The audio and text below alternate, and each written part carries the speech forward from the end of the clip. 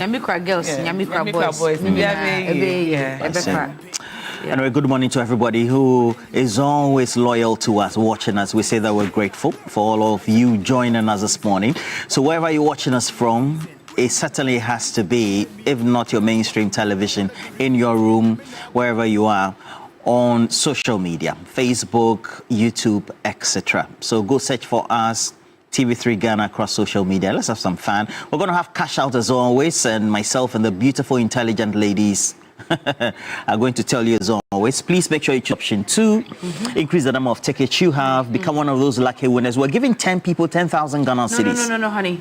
No. 2,000. That's right. Going to 8 people. It's all I'm saying. Yes, 2,000. It's all I'm saying. That's all I'm saying. That's all I'm saying. So yeah, it's all I'm saying. 16,000 actually. So 2,000 going out to 8 people. Right. Once you are a Telecel or MTN subscriber, it's all yours. Fantastic. So get dialing this morning, *439# if you're a Telecel or MTN subscriber. Option 2, follow the rest of the very friendly prompts. I'll say that all the time, and then you're good to go.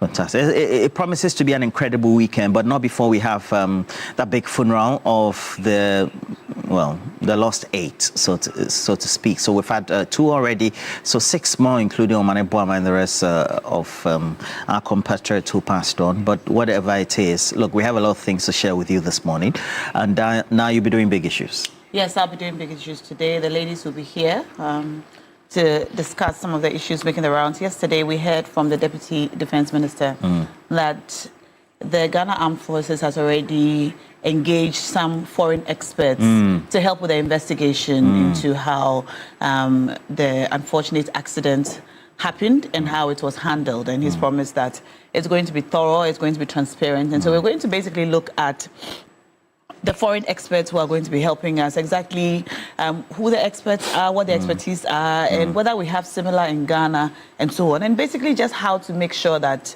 the entire process is transparent. We know we've had so many conspiracy theories, some speculations, and so on. All of that must be put to bed, and hopefully the intervention of these foreign experts will help us do that. And we'll also look generally at the Galamsey menace and the need for us to curb it following this unfortunate accident. I was listening to, I believe, Lawyer Jantwa the other day. Was it with you or Akable? Last Friday. Akable. And Lawyer Jantwa mentioned that, if for nothing at all, this accident should be a wake-up call to our fight against Galamsey. If we learn nothing from this at all, it should show us how terribly Galamsey can affect us as a nation. So we'll look at that broad subject, and of course, you're invited to be a part of the conversation. Well, certainly. Yeah. Okay. Well, and so please, if you're joining us, we also want to touch base with you. Just in case you celebrate your birthday, we'll be celebrating with you as well, including if it's Randa or Rita Tenge or Dr. Juliet Yaira Tenge as well. Please, we're all here. I'm counting down to a birthday of a great friend of mine, Delight Mojaka, celebrated her birthday on Tuesday. So countdown. So it will be exactly 5 days to the time. But what's up? Yeah, later on in the show too, we'll be talking to a surgical specialist about managing severe burn injuries. Most of us do not know how to manage severe burns. I remember growing up, there was a little boy in our house who fell into hot water. God. And out of what we'll say locally, I am shishir, he just ran his hands all over his body, and he bent like this, and he couldn't straighten up anymore, you know. But that was for a child. But even for adults, sometimes out of fear and panic, you realize that wherever is affected, you tend to rub it or do other I am shishir things, if I can put it that way, and then it gets really bad and cannot be salvaged. So we'll be talking about burns today later on the show. It's a very important discussion, and would love all of you to be a part of it. But for this morning, there's been so many things happening. The NPP presidential candidates picking up their nomination forms. We saw the number of youth who also led the picking up of Vice President Baumia's forms. So far we have 4 of them, and of course competing, or let's say vying for the flag bearership of the NPP. So there you have them, Kennedy Ejipon in your shot right now. So yes, that's the youth, let me say, delegation that led the picking up of Dr. Baumia's nomination forms as we saw yesterday. So the race is on. Let's see who wins, and that's Dr. Baumia who's speaking at the moment.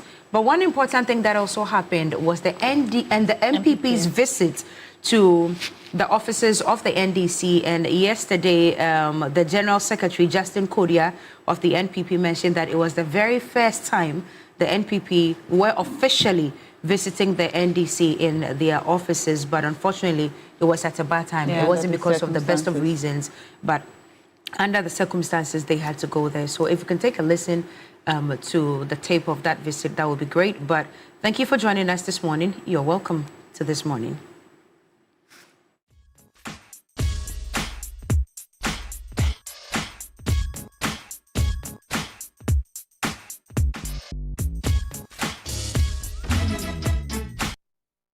Patriotic Party, and more so the team that came with me to this office. We are overwhelmed with your warm reception to our team. I think this is the first time New Patriotic Party has come to your office, and it's rather unfortunate that we didn't come at a good time. But it should also mark the beginning of a friendly and cordial relationship between the NDC and the New Patriotic Party. Indeed, there are certain comments that are made by what we refer to as food soldiers, or people who are not even closer to the leadership of the party. But sometimes it is important when such unfortunate, condemnable statements are made, both divided, the leadership comes out to distance ourselves from it and also to let them know that is not the trait of our party. After these incidents, we will admit here that certain comments, even from NDC MPP, some are claiming MPP are behind all these things, and some are also saying that they were even expecting some other people to have died. These things are not healthy for our democracy, and death is something that even your worst enemy, you shouldn't even wish death for your enemy. So, Mr. Chairman, if anything came from our side, I want to, on behalf of our party, apologize to the NDC and through you to His Excellency President John Dramani Mahama. It is not the position of the New Patriotic Party, and will never condone such activity. Getting support.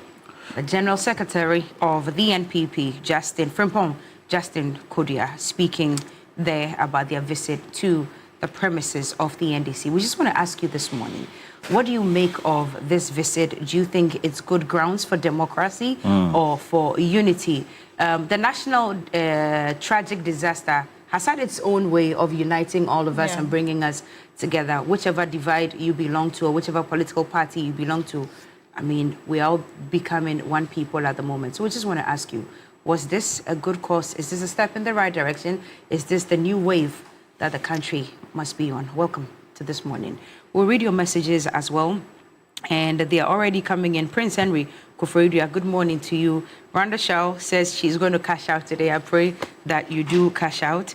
And there's another one here from, this is long, Richard Jima. Your message is so long, I may not be able to read it, but let's see what you're saying.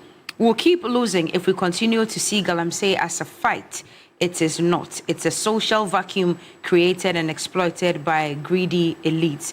The framing of illegal mining, aka Galamsey, is a fight. And if you say that, it's misleading because it suggests a short-term militaristic battle that can be won through force, arrests, or crackdowns. In reality, Galamsey is not just an environmental or law enforcement issue. It is the manifestation of deeper social, economic, and governance gaps. And you went on to state 4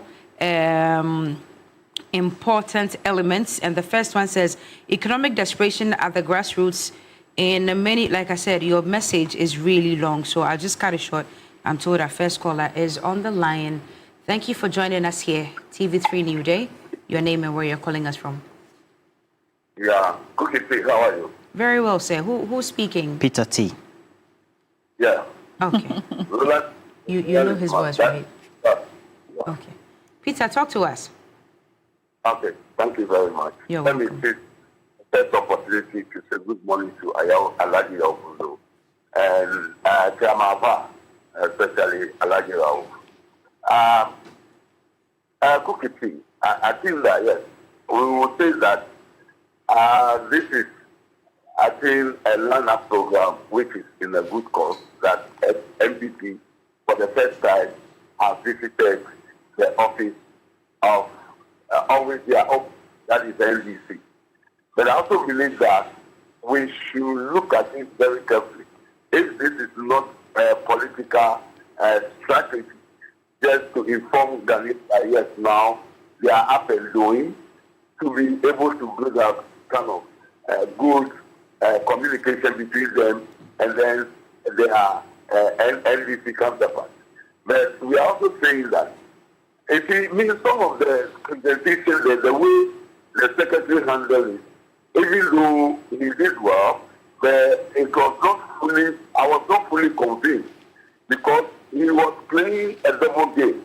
He's blaming it on NDC, that some of the NDC people are also saying he is MPP. So therefore, it means that the two of them have to be blamed at the same time. But where the people said of the the biggest policies coming from is from NPP. Because if all these things are happening, unless there's one lady also from outside also making the same statement, and I know that lady very well as NPP someone. So if some of these things are going on, I mean, we should address it and address it very fairly so that it can bring some sanity and then some good rapport between NPP and NDC and also all the political. Okay. We tell. Thank you very much. Peter T, thank you very much. Always make it brief so that other people can also speak. Guy G has sent a message, Roland, and he says, when your foundation is built on political astroturfing and cosmetic showmanship, the election results will inevitably expose you. So he's got an NMSQ problem of the day question, and he says, if 4 Ghana cedi to $1 made JM an incompetent nice man, then what will 15 cedi to $1 make DMB? Start work. Get connected. Ken 2028. Guy G, good morning to you. Guy G, propaganda nti oni ahoto. Guy G, because of propaganda nti uni ahoto. Prince. Let me read this message coming in from Richard, and he has a comment on Galamsey. He says that we will keep losing if we continue to see Galamsey as a fight. It is not a fight. It's a social vacuum. Yeah, that's the one I read. Oh, you read the that? long yeah, one. Yeah, it's a long one. It's all too right, long. From Richard. It's too long, yeah. Okay, all right. We've seen that now. You've got messages, Rolly? Yeah, I have a couple of messages, so quickly, I'll just try to read them. This one is coming from Gordon Anim, who is saying that I'm just enjoying the vibe among you three. It just shows a lot the, hey, big word, camaraderie. Camaraderie. Okay. To be able to, English is not easy, Charlie. It's a French word, so it's not easy when you're trying to convert it. But I know my godmother, Abuyi Akrobotu of GBC, will be monitoring the same. Character. So she said that though, my mom celebrated the birthday, I sent it to you, Roland, you didn't wish her. So she's Mrs. Agatha Enim of Community 25 and Gordon Enim of the GPHA and your son, a.k.a. Toronto. Okay. Wishing you, Mrs. Agatha Enim. Another caller is on the line. Can I pick please it? Please do. You're welcome to TV3NewDay. I'm told you're calling from Kaswa, and the name is Dawood. Is that correct? Yeah. Okay. Oh, calling from Hacho. Yeah, Hacho. Okay, talk to us. Okay, Mpacho, me kan kibishi kakran se mi NPP ni wuti ase. Mpacho say? It's mi NPP ni wuti ase. Okay. But comment na NPP for no some of NPP for guys na omo de man shada ntwe wuti ase. Nti nipa na omo chi no omo man ko face law no wuti ase. Se please na ede ne be kokora na omo fa no ko please. Wo say krum na chichire enye political party ana te individual. Say ya hwe ya be do that no obi be sorry we ko ma na okobọ ohini tuwo na okono. No feel say ne right say wo ko obi. Because when we say so ko obi kura na obenye obi a obeba be ka ma no. And I said, "Be best or na no attempt to no go journalist be. No, feel say no right to say 1 year. It is o man e chikire it say an hwe ya e be do that in kroma na yentimente na kroma." Okay. All right. Because I'm not pension and too quiet. We move to quiet and Libya, and that for us. That country, no more go home, they cause war. And said, and change a cry. Yes. I will be enjoyed. And yes, and I chew. Your mom ran on this. And one no. Yeah, that's his for yeah. Thank you very much. In short, he says that he's an MPP party member, but he also condemns some of the comments that have come from some of the grassroots members of the NPP. It's uncalled for. It's Ghana. It's not just a political party that we are trying to develop. We are developing Ghana. So some of these comments must be condemned. I think it's one of the things that Justin mentioned yesterday. mentioned. Yeah. That they know that some of the foot soldiers are saying things that are divisive, And so he apologized on their behalf and said that they were not representative of the, who they are. The party position or what the or leadership. Exactly. Ellen, is it Ellen? Amada Akwa, and then also Akwesi. She's a communicator. Akwesi Akwa and the rest. Yeah. They'll all be making. Akwesi Akwa is an MP. Would you call them leadership of the party? They're just party communicators. Are they leaders? Do they qualify to be called leaders? You don't have to be in executive position to be a leader of the party. Is a leader of the party. So I don't think it's in.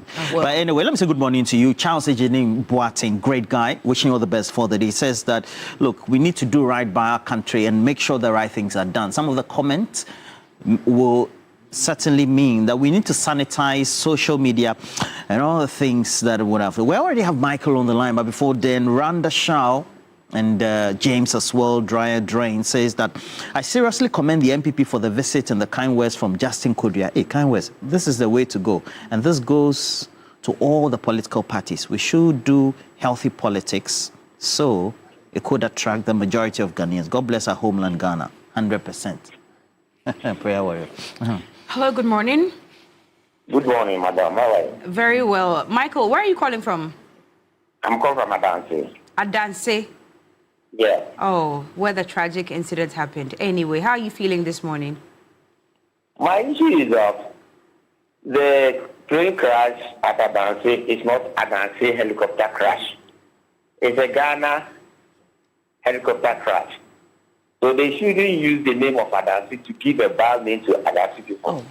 Because the incident concerns the whole Ghana. It's not only Adanse. Secondly, I also thank the NPP for showing patriotism. Michael, before you go to the issue of the NPP, how else would you advise that we describe the incident that happened? Unfortunately, Assembly Esiwo Adanse. So why are you saying we shouldn't add Adanse in describing what happened? Nanya one Assembly CA. But, madam, it gives a bad name to people of Adanse. It wasn't a crime, Michael. It wasn't a crime that happened. Opinion. Opinion is like notice. Accept my opinion. I am accepting it, but I can also give you my opinion, and I'm a boy. It's democracy we are practicing. So no? I've also accepted your opinion. So let's move on. Your second point. My second point is that I also thank the NPP for showing patriotism to NDC because we are all Ghanaians. Politics can never help us. And as Africans, we honor death. We respect death. So I urge all both NPP and NDC to show patriotism when they come to the death. Thank you. Thank you very much. Thank you. Thank you. Such an irony that the same person says that politics will not help us, but you're saying we shouldn't mention Adanse in describing the tragic incidents. Very interesting. This life is ironic. Prince Nana Yao York has a lot of comments, says that, look, the visit is a good ground for democracy to thrive, but it doesn't mean the oral must be friendly. The law must work, and still we are watching. And said Susie Adan of Ghana Immigration Service, from himself, Prince Daniel York and Selena Nkum celebrated the birthday. And so Susie, the beautiful Susie, I can see your picture there. Happy birthday to you. All right, Johnny is ready. Let's cross over.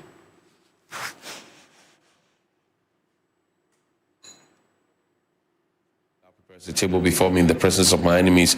You anoint my head with oil, my cup runneth over, and surely goodness and mercy shall follow me all the days of my life, and I will dwell in the house of the Lord forever and ever. Amen. Assalamu alaikum. It's the 14th of August. It's a Thursday. Welcome to Johnny's Bite. Let me say thank you to Sonar Fashions in Tamale for my outfit, and you can call him on 0246 590 162. That's 0246 590 162, and he will respond and make something special for you and yours. 0246 590 162. That's the number, the magic number to call, and I'm sure you thank me later. To all our friends out there, our trotro drivers, our taxi drivers, our Uber, our Bolt, our Yango drivers out there, to all of you who spend time to listen to us while driving to work, some of you who wait to for us to signal you to know that, well, I'm running late, I need to leave home, and those who watch on your phones and other gadgets, thank you very much indeed. Please continue spreading the word. It's important that you do. Today is the penultimate day. Tomorrow will be the funeral for the departed 8 gallant Ghanaians who lost their lives in that tragic helicopter crash. And I saw a statement from the Ghana Armed Forces admonishing all of us to be very circumspect in how we contribute to the national discourse and the speculations and all of that. It is in the right direction. But as a student of communication, I can only say to the Ghana Armed Forces that if you leave space, people will fill the space for you. If you don't lead the conversation and you leave space, people will fill the space with conspiracy theories for you. I repeat, if you leave space, people will fill the space for you. If you do not lead the conversation, people will fill the space with conspiracy theories. So you have to be able to tell your own story. You have to tell your own story because, first of all, some of us have information, but we are very measured in the kind of information we put out there because we are so much aware of what we call D-notices and the ethical standards of the job. Not everybody has his head properly screwed on his neck, as some of us have. So some of us, some of our colleagues and bloggers and whatnot would come on air and spill the beans without being measured as to what could be really endangering the entire country called Ghana. People are there saying how many aircrafts we have functional, how many we don't have that is not functional, etc. No. So if you don't lead the conversation, people will fill the space for you. That is why there is a whole public affairs directorate of the Ghana Armed Forces. It's a tri-service department.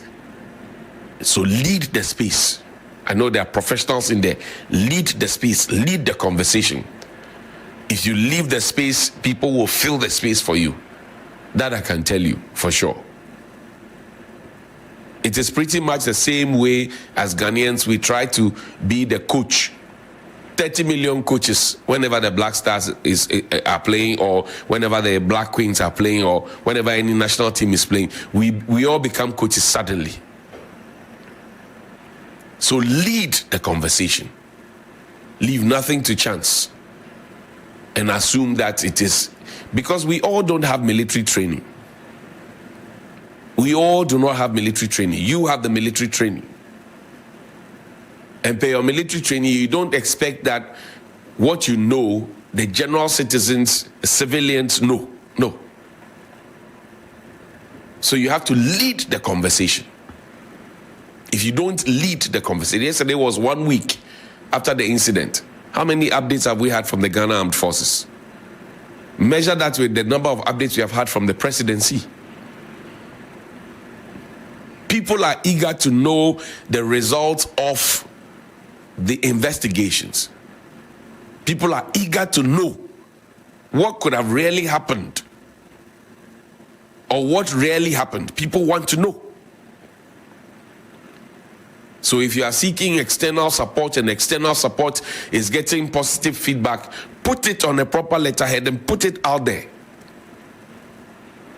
Not many of the Gen Zs who want to feed into the conspiracy theories want to read letterhead stuff. You have social media pages, authorized and authenticated social media pages. Put the information out there. Catch them on X, catch them on Twitter, catch them on Facebook, catch them on Instagram, catch them on Threads.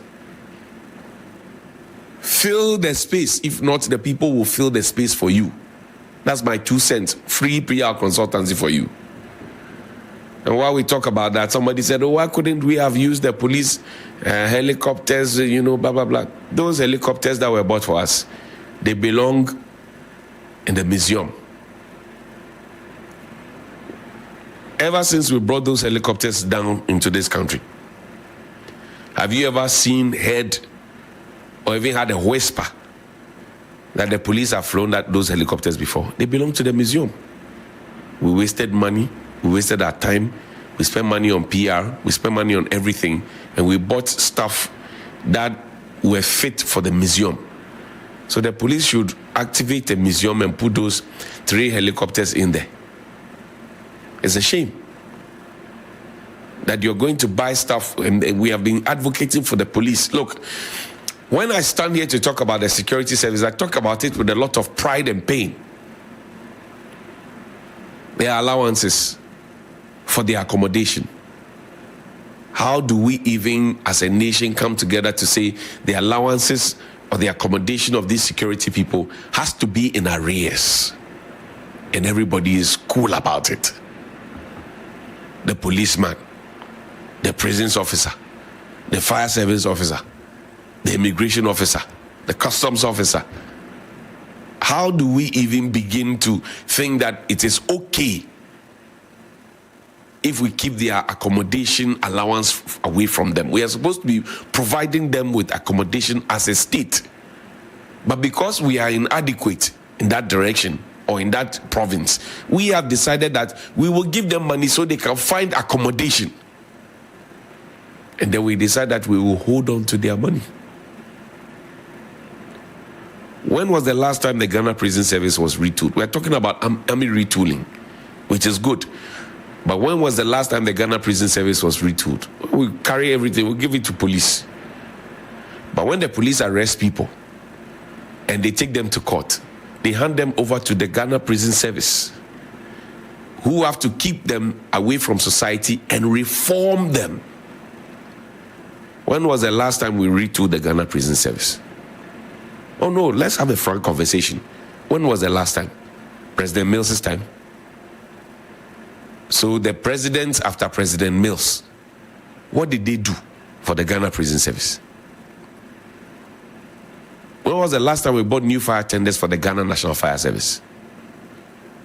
And we always have people, when the police comes to a site and they are on their usual operation, nobody dictates to them how they should go about their duties. When the army comes out there and they are doing their operation, nobody tells them how to do their work. When the fire service comes out there, even though they are a paramilitary institution, everybody thinks that they have the right to tell them how to fight fire. They think it's co-pot fire. Because we have made them inadequate. I remember so well when Dr.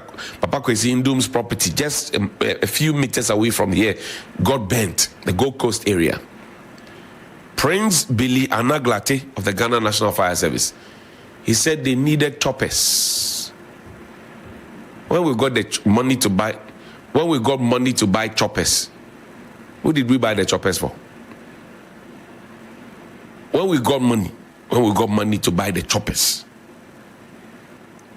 did we buy proper choppers? And who did we buy the choppers for? The people who requested for the choppers did not get. And we bought 19 Kojo choppers fit for a museum.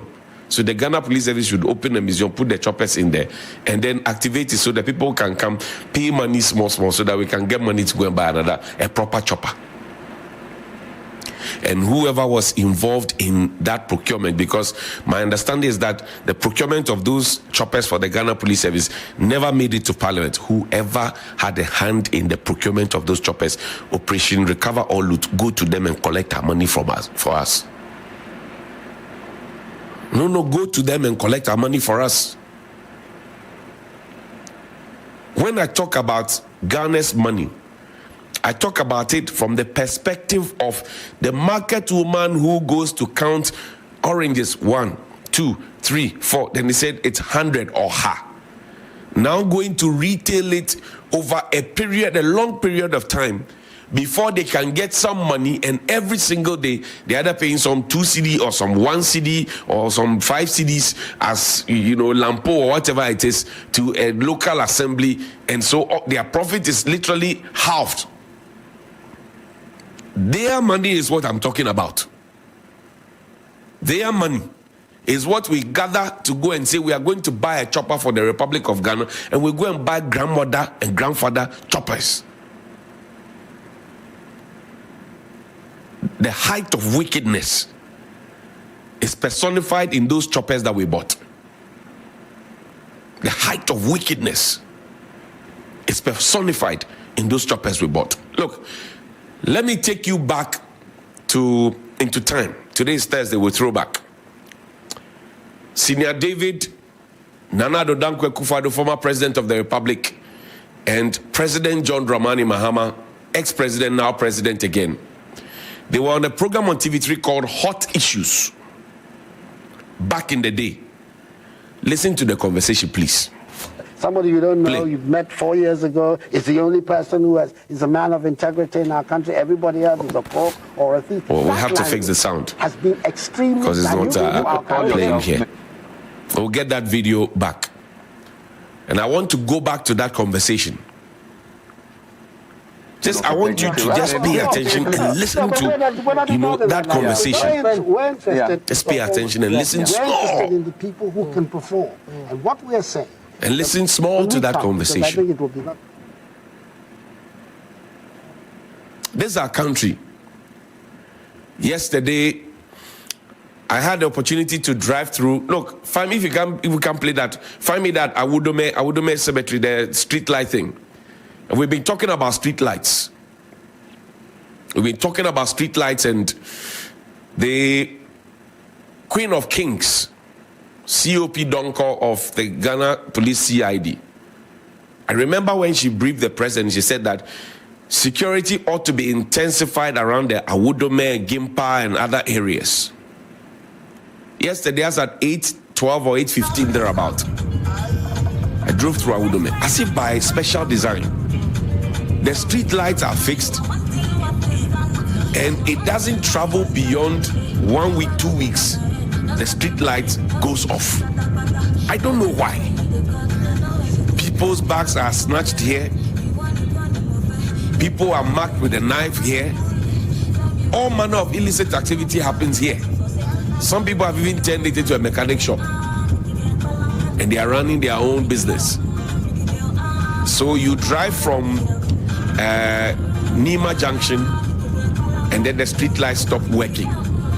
You get onto the overpass, there's no street light. Circle Dubai, you are in the dark. So if you have eye problems, night driving will be a problem for you. Then you come all the way down, you branch to your right, it's a problem.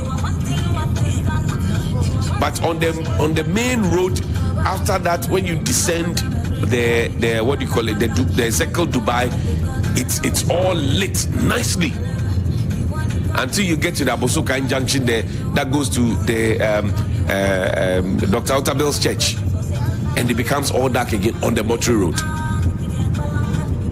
This whole place, I'm using a high resolution, what do you call it, car cam. That's why you can see it this way.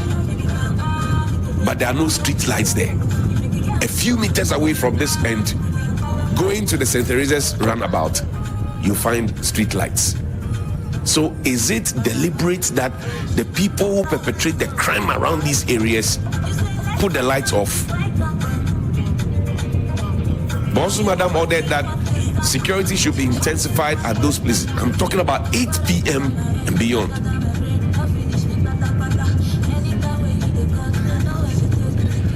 Why would you as a Ghanaian even go and steal street lights and the cables? Why? How hungry are you that street lights and the cables thereof should be stolen by you? What kind of a nation wrecker are you? What kind of a nation wrecker are you? And speaking of nation records, look, take me to the Galamsey site. And let me salute the Ghana Police Service. They've been on a daily operation, seizing excavators, IGP Ono. Thank you so much with your team, the Police Management Board, everybody who has been involved. A few, one officer who got hurt, but some suspects have been picked up. Put the images up there. They actually were on the street. They were shooting. It's on the street. They were shooting at the police, and the police were firing.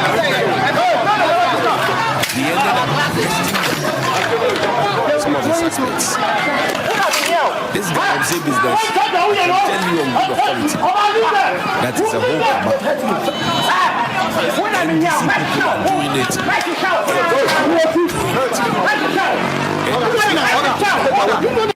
We go and see some people and say, this is your concession, how much is it? Let me pay you so much and take over, and I can run it because now my people are here. I can make a call or two. It's a whole cabal. And that is why the president has to stamp his feet. The police are doing a lot of work. A lot of work. And we salute them. But if you arrest the people, and they have big men and big women, and they can call them to come and release them, what can I do? Show me the police officer who was hurt. Quickly, please. Show me the police officer who was hurt. Police officer who had dedicated his life. Show me how look. A very active policeman. Look at it. They hurt him because he dedicated his life to fighting the illegality that we are perpetrating on our state. Show me the other pictures, Francis. The illegality that we're perpetrating on our society. No, let's show it so we can see how he was hurt.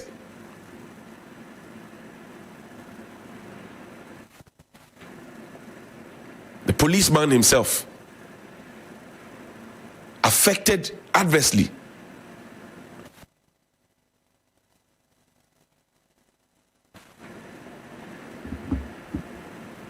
So God bless the Ghana Police Service. And I pray that the suspects are dealt with according to the law. As I have always said, look, focus on the big men and big women who sent them into the hole. Focus on the big men and women who sent them into the hole.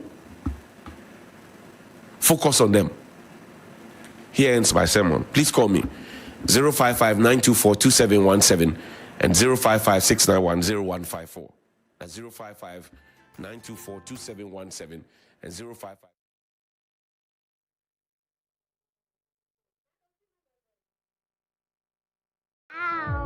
Let me see. She's never had a toothache before. There might be a cavity. Don't you use Pepsodent? We used to, but I'll try the new one. Ah, that's why. But doesn't every toothpaste give cavity protection? Not really. Pepsodent's Cavity Fighter repairs tiny invisible holes to give 10 times stronger teeth. Will you trust Pepsodent? Definitely. Pepsodent, 10 times stronger teeth. Use Pepsodent's Cavity Fighter.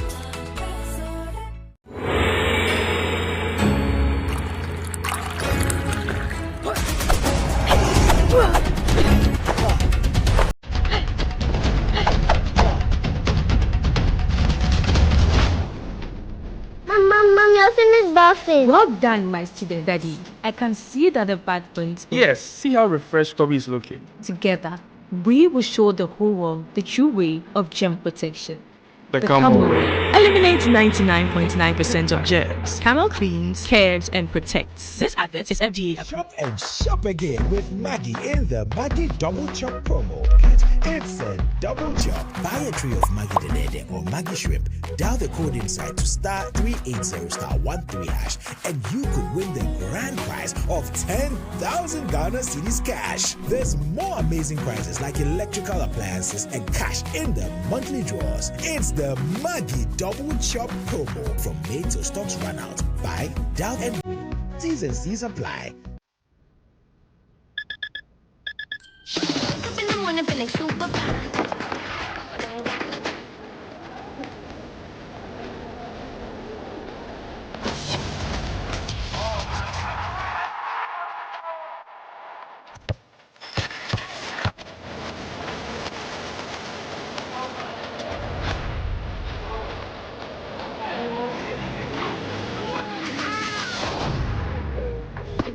play me for? It's go time. Call me.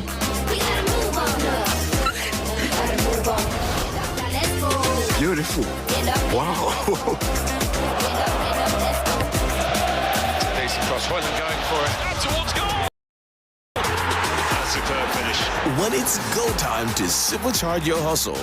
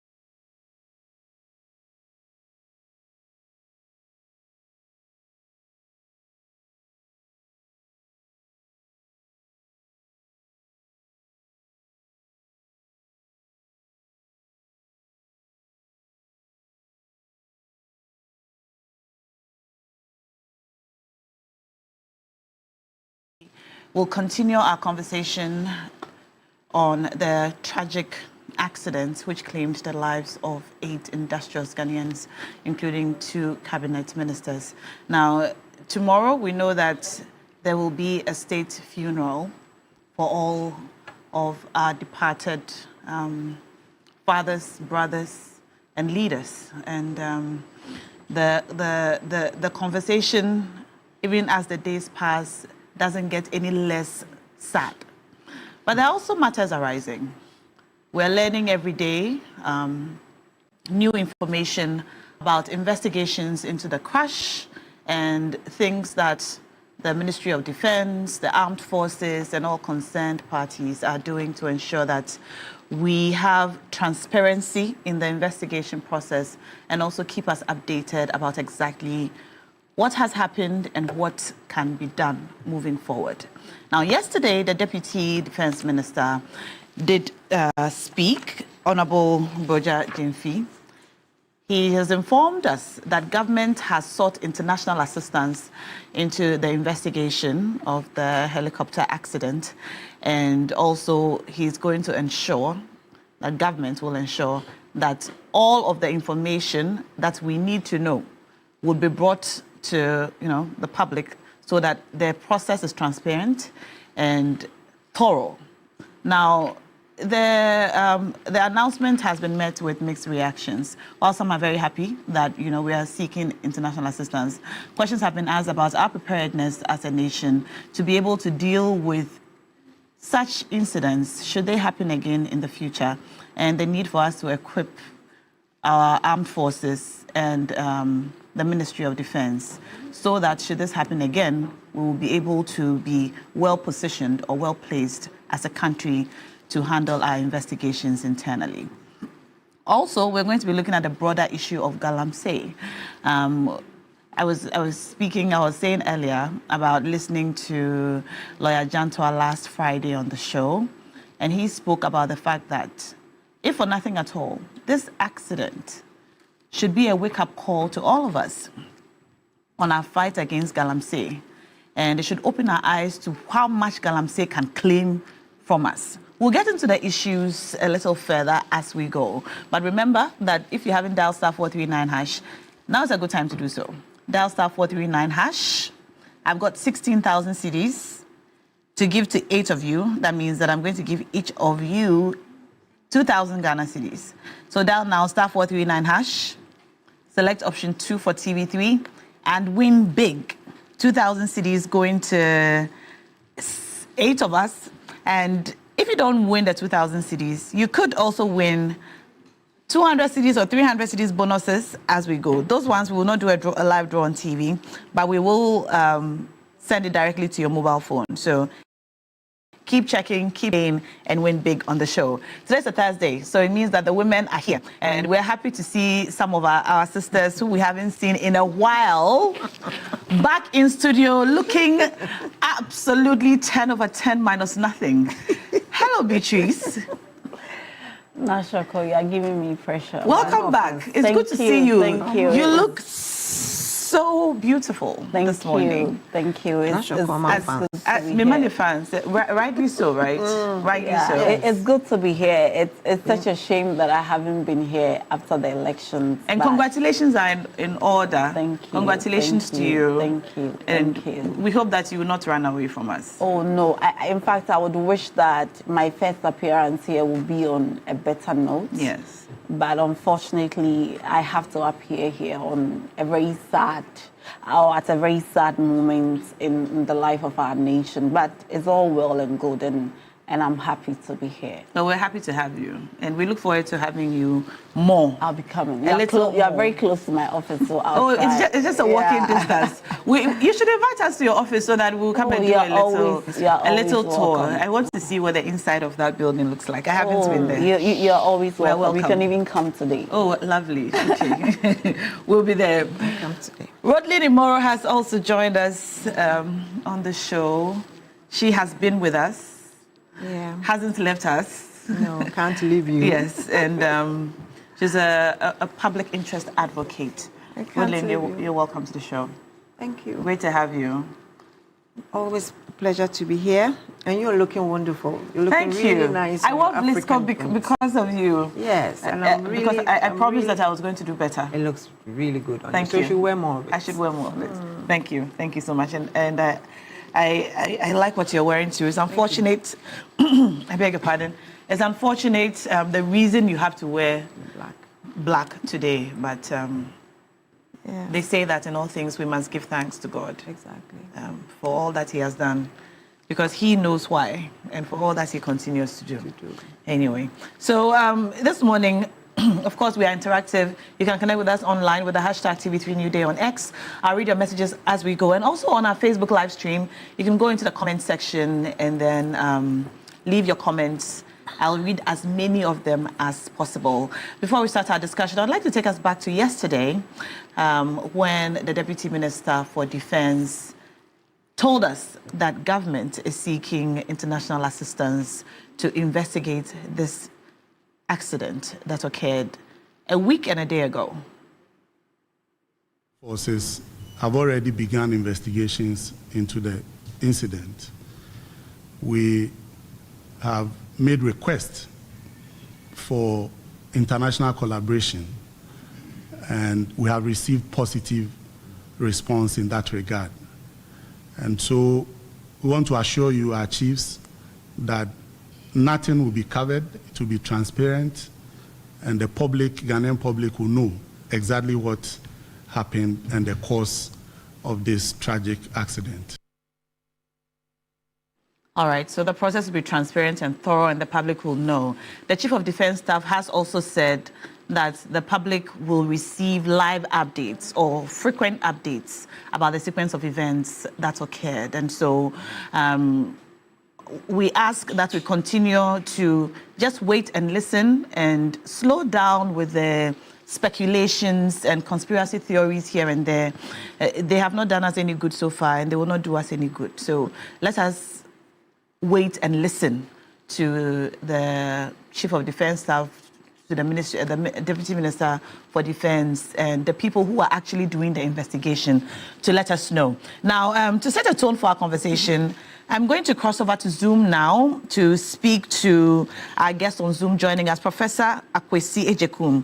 He's a squadron leader, retired Associate Professor, Aviation and Aerospace Sciences, Department of Aviation, University of North Dakota. He's joining us live from the USA. Good morning, Prof. Good morning, Ashoko. How are you doing? I'm very well, thank you, Prof. Thank you so much for joining us. We know it's about 3 a.m. or 4 a.m. in the United States. Yes, that's true. But due to the circumstances around which we find ourselves as a nation, I think it's worth the sacrifice. Well, we're grateful. Let's get straight into it. We've been told that the government is seeking international assistance to investigate exactly what happened. Now, a lot of authorities have spoken, and amongst them was Wing Commander Sogbojo, retired, who spoke yesterday on Ghana Tonight and said that it is highly unlikely that we as a nation will be able to properly investigate what happened, including, is it decrypting or encrypting the black box to know the content of it? And so seeking international assistance is a step in the right direction. Do you agree? Thank you very much once again. And even before I go ahead answering your question, once again, I would like to extend my deepest condolences to the bereaved families. I know they are going through a lot. And even to the entire nation and to the Ghana Armed Forces, I pray that God continues to grant all of us the strength and the ability to hold ourselves up in this challenging time. Having said that, I always try to emphasize that aircraft accident investigation in itself is a highly empirical process. It relies on multivariate data sources, and at the end of the day, everything should be supported by factual evidence. And so I agree with you when you say that the initial conjecturing, the apportioning of blame, the hindsight biases that we are having from all sort of people, it's not very productive. It's actually counterproductive, because the aim of every investigation at the end of the day is to be able to improve safety within our operations. I would also want to state that unlike in a civil aviation accident, which is normally managed and organized under the International Civil Aviation Organization Annex 13 Standards and Recommended Practices, which sort of lays out the modalities and the framework. This is a military mishap or an accident, and the Ghana Air Force has its own, what we call the Ghana Air Force operational standards and safety standards, which guides the management and the organization of a mishap like this. And the Ghana Air Force itself, contrary to the opinion that is out there, has its own capacity in terms of very qualified aircraft accident investigators and safety officers, and a lot of time, most of this have been handled internally. But hey, for such an endeavor like this, there are certain aspects that probably or most likely will not have the capacity. Why am I saying so? Because one of the key data points that will be useful for our investigation is retrieving factual data or parameter data from the flight data recorders and the cockpit voice recorder, which from my sources was retrieved from the accident site as part of the initial or preliminary field analysis. And so a lot of times you will seek help from an accredited laboratory that has both the hardware and the software to be able to extract and to be able to analyze the data that has been stored in the what we traditionally call the black box. And that is very, very helpful because you want to be able to plot the very important operational and parameters, especially for the aircraft, from the startup all the way through the flight to the last known position until the mishap happened. And so if you are talking about international collaboration, I don't know the extent to which the minister was referring to, but I think nominally it might relate to seeking assistance maybe from the original equipment manufacturer of the type of black box that was installed on the aircraft, and getting those data out, decoding it or decrypting it, as you rightly stated, getting the data out in a granular form, decipherable form, which will help investigators to continue to build a holistic and total picture of what really happened during the process of the flight until the mishap point. So this is not new. Previous accidents in the Ghana Air Force, we've always relied on external entities, original equipment manufacturers, to help us decode data from the flight data recorder, the cockpit voice recorder, and all the other data points that will be helpful in this investigation. It's interesting that you say this is not new. It's happened before. We've relied on foreign experts to help us decode such accidents. Now, what would you say to people who say that it tells on our preparedness to be able to handle accidents like this? That if this has happened in the past, why have we not been able to equip our Air Force or armed forces with the requisite skill to be able to handle such things locally? Well, now, sometimes we have to take things within it contextually. I would want the public to know that when it comes to extracting information, especially from a black box, we call it black box, but I keep referring to it as maybe enhanced or digital flight data recorder and a cockpit voice recorder. A lot of times there might be specific software and even the hardware interfaces that are proprietary to whoever manufactured the black box. It's not only Ghana. You'll be surprised, even in some of the advanced nations, the National Transportation Safety Board, they have some of the advanced laboratory for such extractions. There might be certain accidents that due to the state or even the black box itself, they might seek the help of the original equipment manufacturer of that black box, and that entity might be outside even the United States or even the French BEA. And so there's nothing unusual about this scenario. We might even have the lab, we might even have the human resource to be able to do it, but because sometimes it is proprietary, and so definitely you have to seek the assistance of the original equipment manufacturer. I agree. Moving ahead, maybe one of the good points of this investigation will be that gradually we'll be able to get the capacity, we'll be able to get the financial resources will be provided to be able to build up maybe a forensic laboratory for the Ghana Armed Forces, including accident investigation, flight data recorder, cockpit voice recorder extraction, analysis lab. And it's not only for situations like this, it is good for training. It is good for what we call flight data management and flight data analysis, because we don't we do not only use flight data retroactively. When there is an accident, we have what we call a flight data monitoring program, where proactively we extract data from our operational fleet.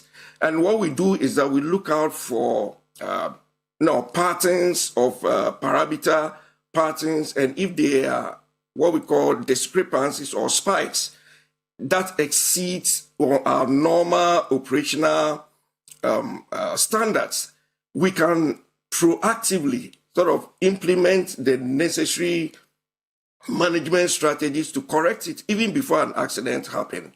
So it is great that now there's an awareness and there's a focus that, hey, we need to build the capacity of not only the Ghana Air Force, but the armed forces in general, as part of our refleeting, as part of providing the necessary platforms and the enhanced technology, the training, for continuous training, because safety is all about enhanced technology, standard operating procedures and protocols, and most important, training. Because even if we have the technology and we don't consistently train, we don't consistently monitor our operations for deficiencies, and we are not able to correct proactively, we might find ourselves in a situation where there might be systemic weakness.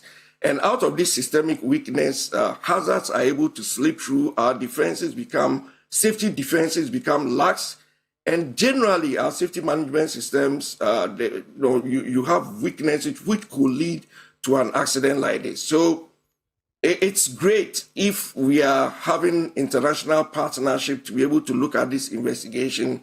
My only caveat is that it being a military aircraft, of course, there is going to be limits because of the security classification of some of the information that but I believe the Ghana Armed Forces itself will be able to look at where it's necessary for certain information to get to third parties and what needs to be released to the general public.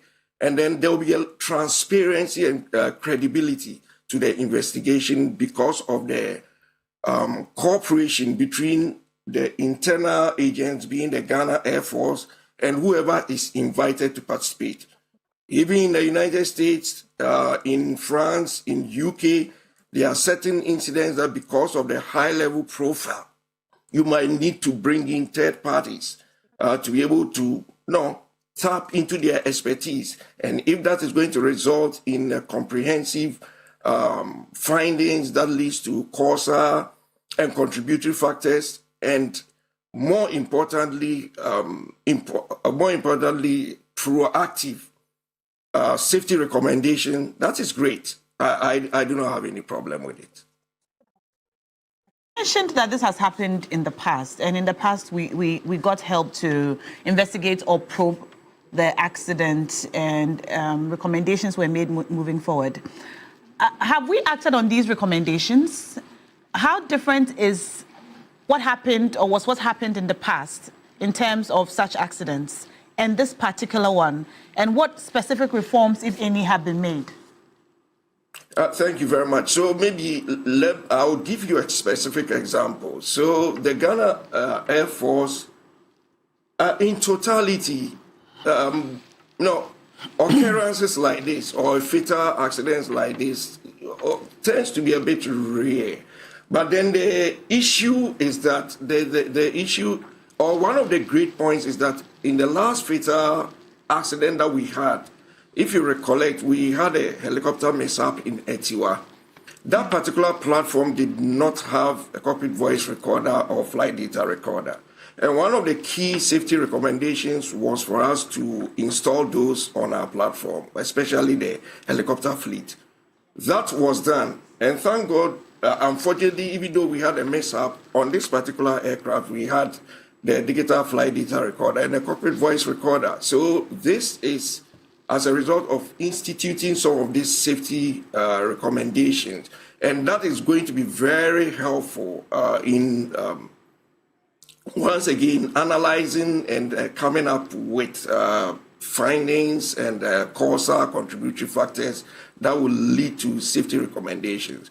As I stated earlier, normally for any organization, anytime there's a safety occurrence like this, it leads to introspection of our processes, our policies, and our procedures.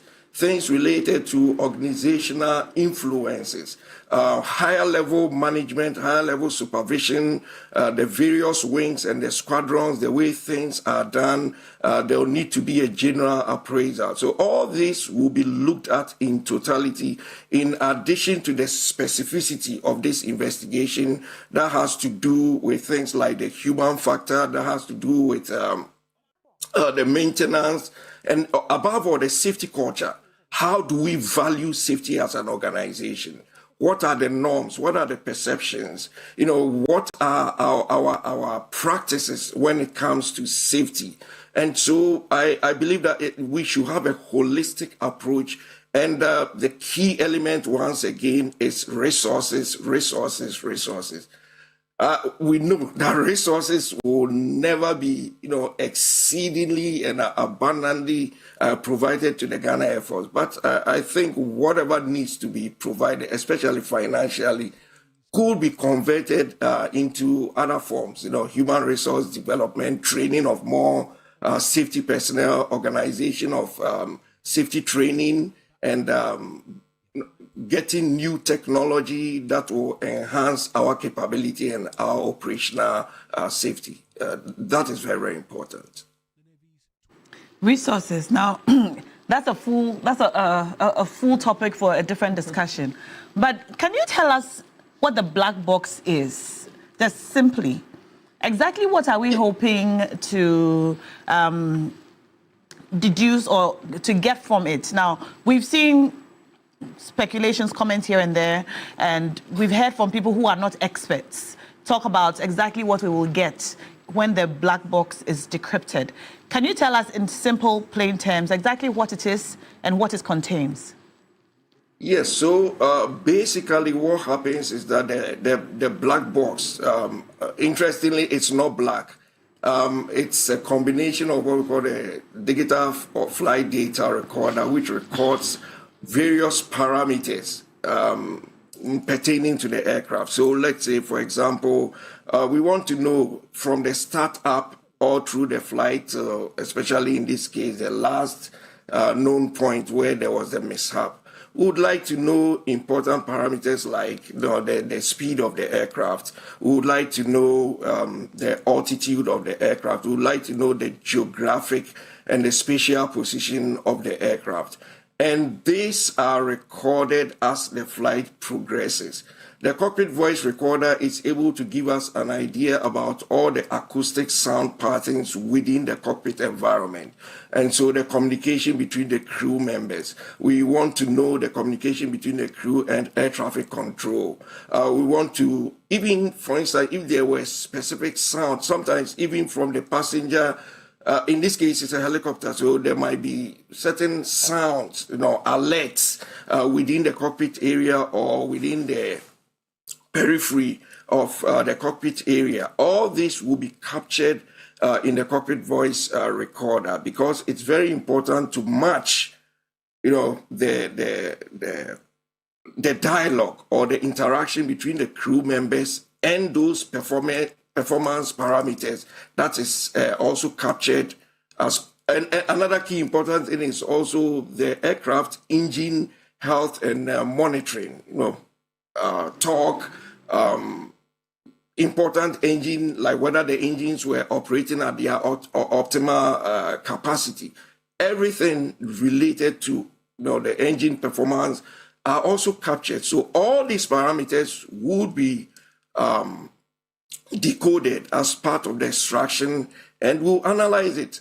And so if there were any malfunction or abnormalities with the normal performance of the aircraft, we'll be able to see those patterns, because they are what we call performance graphs. Nowadays we use softwares, and that will be very helpful, because we will be able to use softwares to recreate the flight from startup all the way to the last known point and where the mishap occurred. We almost have like a video simulation, a recreation of the flight. We superimpose, or we integrate the interaction between the flight crew, and it gives us a picture of what was happening to the aircraft and for the flight crew, their interactions, to get into their mind. Okay, and then we'll compare it with documentary analysis. So we have the aircraft maintenance logs, and so that will help us whether there was a serious malfunction. I'm not saying that is what happened, but then what was the profile, the flight profile, as they progressed until the incident occurred. So even though we call it the black box, because the content, normally the contents of this crash-resistant container that contains these recorders tends to be black, which means that it is grim, especially if there are fatalities in the accident. So that's a colloquial term, but in actual fact, it's even bright orange, so that with such enhanced visibility in the midst of a crash wreckage, we can be able to locate it. It's decrypted.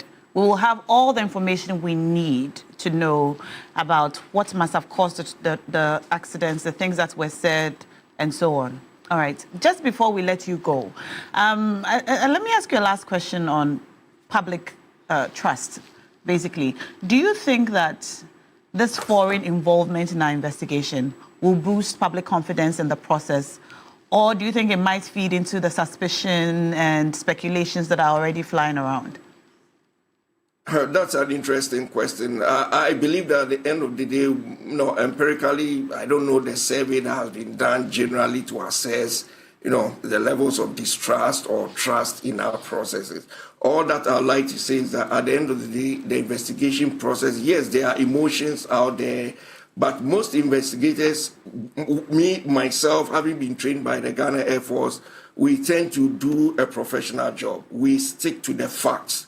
So once we are collecting all this, like I stated, the multivariate data, we will do interviews. We want to see logical consistency and trustworthiness, even from the interviews that of eyewitnesses. We're going to even get some of the first responders. There were various video footages. We'll verify all those, because it gives us an idea about the record distribution at when they got there as first respondents. We are going to do documentary analysis. We are going to even look at their training records, their competencies, their proficiencies, their recency. We are going to look possibly even at the crew themselves from a human factors perspective. We are going to look at things like fitness for duty. How many hours had they flown for the last 3 days prior to their mishap? The last 30 days, was it consistent with the Ghana Air Force operational standards and safety standards? And so basically all that we are trying to do is that we are trying to compare what we find with the standards that is has been approved and adopted by the Ghana Air Force. And that is where, if there are any discrepancies, like we say, safety is continuous monitoring and improvement. That will help us to be able to look at areas of weaknesses, and then, of course, through the recommendations, we'll be able to improve our policies, our procedures, and most importantly, the way we do things, the processes. And so, if there is a perceived, there's a perception that, hey, we need to trust the process, and by so being, we are seeking third parties to come in. It's all good. It's all good. All right. It will add credibility. Okay. It will enhance the safety improvements that is most needed. All right. Thank you so much, Prof, for your time this morning. We're sorry to have dragged you out of bed, but we absolutely appreciate the direction that you have given the conversation this morning with your knowledge and expertise. We're very grateful to you. We'll talk to you again soon, hopefully. Yeah, thank you very much. And my best regards to the entire nation as we continue to mourn with their bereaved family. Yes, thank you so much. Prof? You're welcome. We've just been joined. We are letting Prof go. Professor Ejekun is Squadron Retired Leader, Associate Professor Aviation and Aerospace Sciences, Department of Aviation at the University of North Dakota in the United States of America. We'll also be joined on the phone lines by Dr. Victor Duque. He's a security analyst, and he is with the Kofi Annan International Peacekeeping Training Center here in Accra. But back in studio, Beatrice Annan, a presidential staffer, and Woodlin Imoro Ayana is a public interest advocate in studio. I see your messages coming in. I will read them as we go. But Beatrice, as Prof was speaking, he said that he was not sure the extent of the collaboration, the government collaboration with our international partners who are helping us investigate. Can you help us get some clarity on that? And once again, good morning to everyone. And I know that these are very challenging times for all of us. And this is something that, although unfortunate, we are united in our grief. I think that the Deputy Minister of Defense did not tell the extent of the collaboration in addressing the press yesterday. And I should think it's for a very good reason, because then the moment everybody is told the scope, then what's next? You know that people have very varied opinions about what has happened. Yeah. And rightly so, everybody is trying to express an opinion one way or the other. Some people are suspecting foul play. Some people are saying that it could just be an accident, and everybody has their version.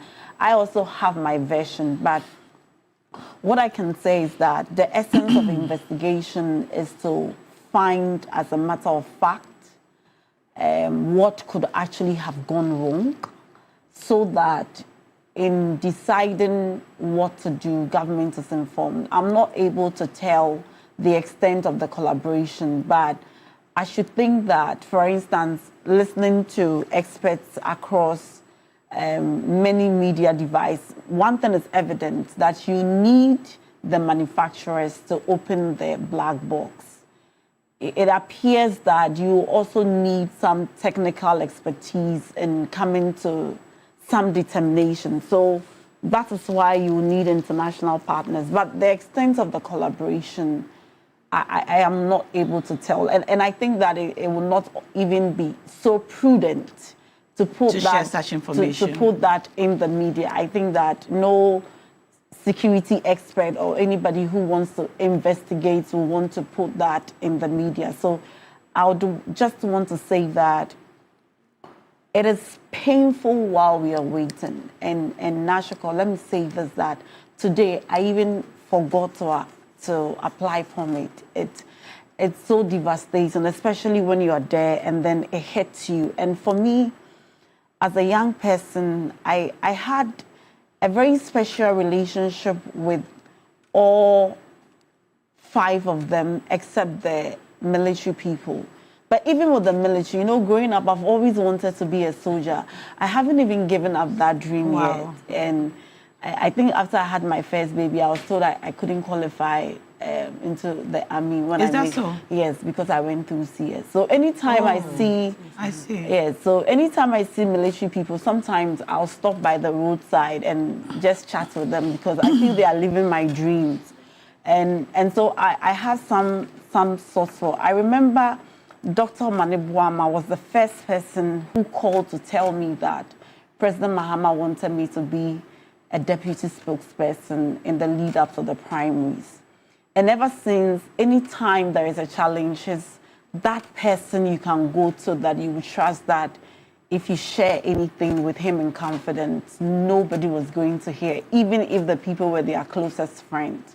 There are times when he will say, you're a smart girl, you find your way around it. And as for Mutala, he's even my fighting partner.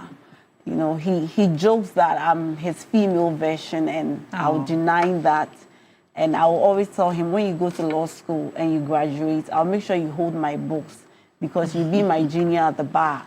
The same for Alhaji Muniru, who was a farm manager. So we have very special relationships with everybody that happened. And it can be very painful. It is painful. Sometimes when I see the president and the kind of pain he's going through, and you look at the first lady, the chief of staff, the secretary to the president, and the kind of pains they are going through, you can tell. But I just want to also say and admonish all of us that so that we do not prejudice the outcome of the investigation, so that we do not even redirect where it ought not to be. I think that while we mourn, while we are in pain, we ought to also exercise restraint. One of the things I keep telling my friends who are very close to Dr. Manebuama is, if he were around, I'm very clear in my mind the question that he will ask is that, what is the cause? And he will further proceed to say that let due process be followed, because it was one of the things that he did most, even as director of elections.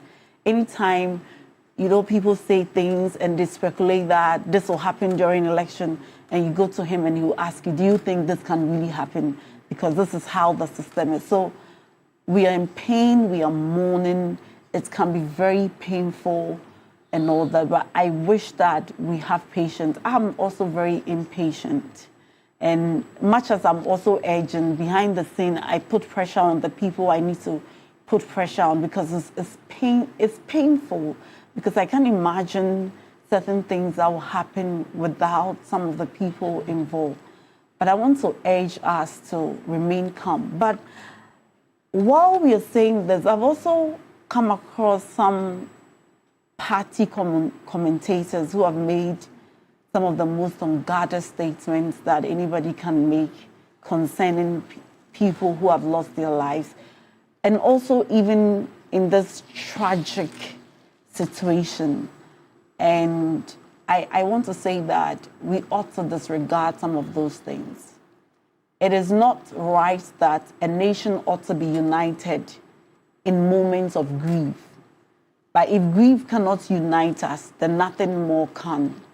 Because these things that happen just tells us, life is meaningless. It tells us that we are nobody. So even in this, in these things, if we cannot find the space to be decorum, if we cannot delay our indecency, if we cannot just guard against loose talks, then I think that those people have problems. And I want to particularly encourage my party people, members of the NDC, to ignore some of those comments, because it does not augur well for all of us, and also the time. It does not also even honor the memory of those who perished in the tragic incident. But most importantly, it is my expectation and hope that as a nation, whatever lessons there are for us to learn from this, we will be taking the lessons seriously, and we will do something to honor their memory. I know that today at 8:30, the planning committee or the funeral committee will announce to the Ghanaian people what are the updates.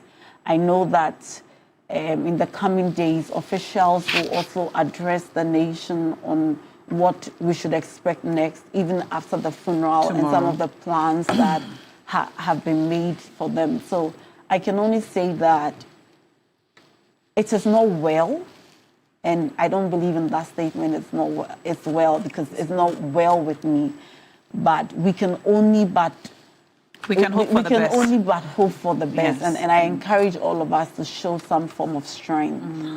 And on the matter of those unguarded statements, I think yesterday, during the visits to the NDC offices, Justin Kodia-Frimpong apologized on behalf of the NPP for some of the loose statements that some party members or foot soldiers may have made, and dissociated the leadership of the party. Yeah, it's good. Just a minute. It's good you're saying that, but it's also important to make the point very forcefully that there is a difference between people making loose statements, and there's a difference between people carrying out threats of death and harm, and that distinction has to be made so that when law enforcers are going after people who are making statements of threats of harm, we will not say that they are loose statements. So, Nashako, let me give you an example. If you say that I wish Beatrice were dead. Okay, let's not go there. No, I'm giving you an example. If you say you wish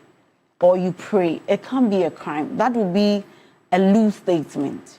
But if you say that you will kill me and you even give the manner in which, that cannot be a loose statement. So I think that while we admonish the loose statement, we also have to educate the people to understand that there is a vast difference between making loose statements and wishing for something and actually issuing out threats of harm. On a broadcast platform. And even adding the manner in which you carry out the harm. That as for that one, I even want to see prosecution. Nobody should joke with that. It's different to say I pray or wish that something bad happens to someone. That's people talk. Sometimes they don't even mean it. But to say that I will do this to you and do it in this manner cannot be a loose talker. And so that distinction also has to be made. And I've heard a lot of justification. Yeah, that, these people did not mean harm. I think that the test for whether you mean harm or not in law is not your feelings. Because we are not in your head to ascertain what it's an objective mind, or I mean an objective standard. Why would anybody say this at this time? All right. That's the question we should be asking. So while we caution people not to speak loosely, it's important to also say that when you issue threats, which would not amount to loose talk, you would face the full rigors of the law. Especially if it's against the president. Yes, or anybody for that matter. Or anybody. Yeah. That's very true. Right. Rodlin, let's come to you on this investigation with our foreign partners. From a public interest point of view, do you think that foreign investigation or foreign involvement in a matter like this raises any public interest concerns? Good morning, Ghana, and good morning to all our viewers across the globe. I think that we've been made to understand that we are incapable of doing this on our own, and that the manufacturers are those who can actually tell us anything about the black box. So that one is understood. I think the public interest is basically how this happened. Was it maintenance? Excuse me, was it, what should I say? Was it something that was deliberate? Those are the questions that are on the minds of people. So I think that out there, people understand that some of these things we cannot do by ourselves. But then you ask yourself, are we going to really accept what the manufacturer will tell us if something untoward is against them, assuming that the pilots said that, there was a malfunction of this, or we can sense a malfunction of that. Will the Chinese tell us? Or will they cover up? That's another thing. We actually don't know if it's a Chinese. We don't know who. No, apparently it's a Chinese. The aircraft is a Chinese manufactured one, which was given to us. As in terms of the investigation, we don't know who our foreign partners are at the moment. Well, if it's only the manufacturers who are going to be able to open it, it then goes to the fact that it has to go to the Chinese. So what we've also been told, I'm listening to the wing commander yesterday, was that sometimes when an aircraft is manufactured, the black box is also manufactured by a different entity, a different country, different entity. Okay. They merely, so they put them all together, procure it and then put them together. So whoever is going to do that, then we might be able to know. So if that is the case, then probably we just have to wait and see what's going to come out of it. But the mind-boggling thing is our preparedness for such tragedies. The whole thing was, we believed and we prided ourselves with the fact that, as for the army, they are disciplined, they are top-notch, whatever it is, they'll get there in time. And then we get to hear that there was, at least now we're getting to understand that you cannot just have a mayday call and then you just get up and then go searching for it. It took some time. So maybe we understand it. But for those of us who are out there, we do not understand why there was no helicopter probably flying from Kumasi, for instance, to go and search for them when they were supposed to have been missing in the radar 15 minutes or so, or 11 minutes after the takeoff. You understand? So that is a bit mind-boggling for some of us. But at the end of the day, there's not much that we can say because this is not a civilian aircraft. This is something that within the remits of the military. So we expect that they will do a good investigation and that all the things that we need to hear, we will hear.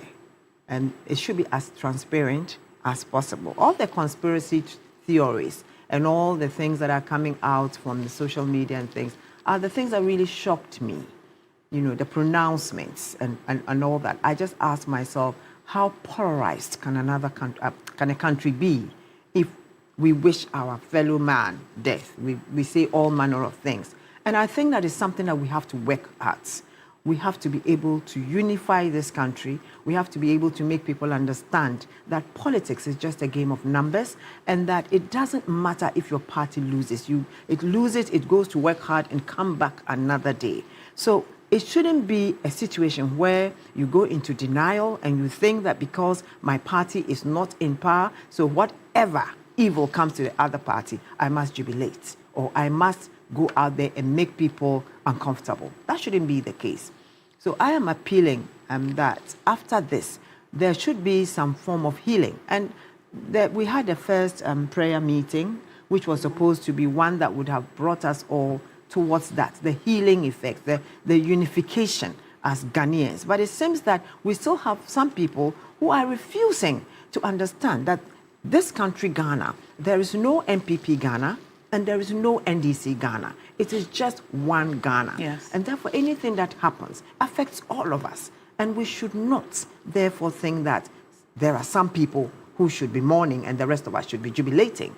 It shouldn't be that way, Nashoko. There's absolutely nothing to jubilate about. Exactly. It's absolutely nothing to jubilate about. I'll read a few messages coming in and then we'll continue our conversation. Good morning, Beach. It's good to see you. She's always on top of issues. All right. Zillis Duane says, all right. Okay, I'll read more of your messages. I'm trying to sift through them. If the Ghana Police Service were this serious and could respond to all cases with this level of speed and alacrity, as exhibited in yesterday's swift arrest and prosecutions, I'm sure there will be no armed robbers, no killings, no carnage on our roads, no drug trafficking, and so on. The same speedy response should be tailored to the unrest in Boko and its environs for peace. The same speed should be channeled to halting Galamsey and its kingpins. And I suppose you're referring to the arrest of the two persons who made those statements on social media regarding the president. All right. The Constitution of Ghana should never be added to our emotional crusades. All right. There is due process. These corporates engaged in threatening people are aware that they are guilty. That's why they are not shouting. Anyone defending or crying for them can please go and replace them. All right, and more messages coming in. Thank you for sending them through.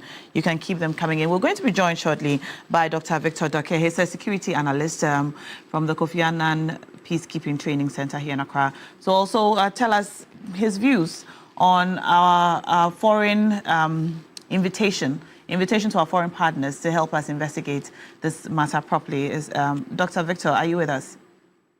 Yes, good morning. Good morning, sir. Thank you so much for joining us. Thank you. And sorry for keeping you on the line for so long. No, it's fine. I was enjoying the conversation from Prof and the wonderful ladies in the studio. I'm happy to hear that. First, tell us, how does this investigation or foreign involvement in the investigation strike you?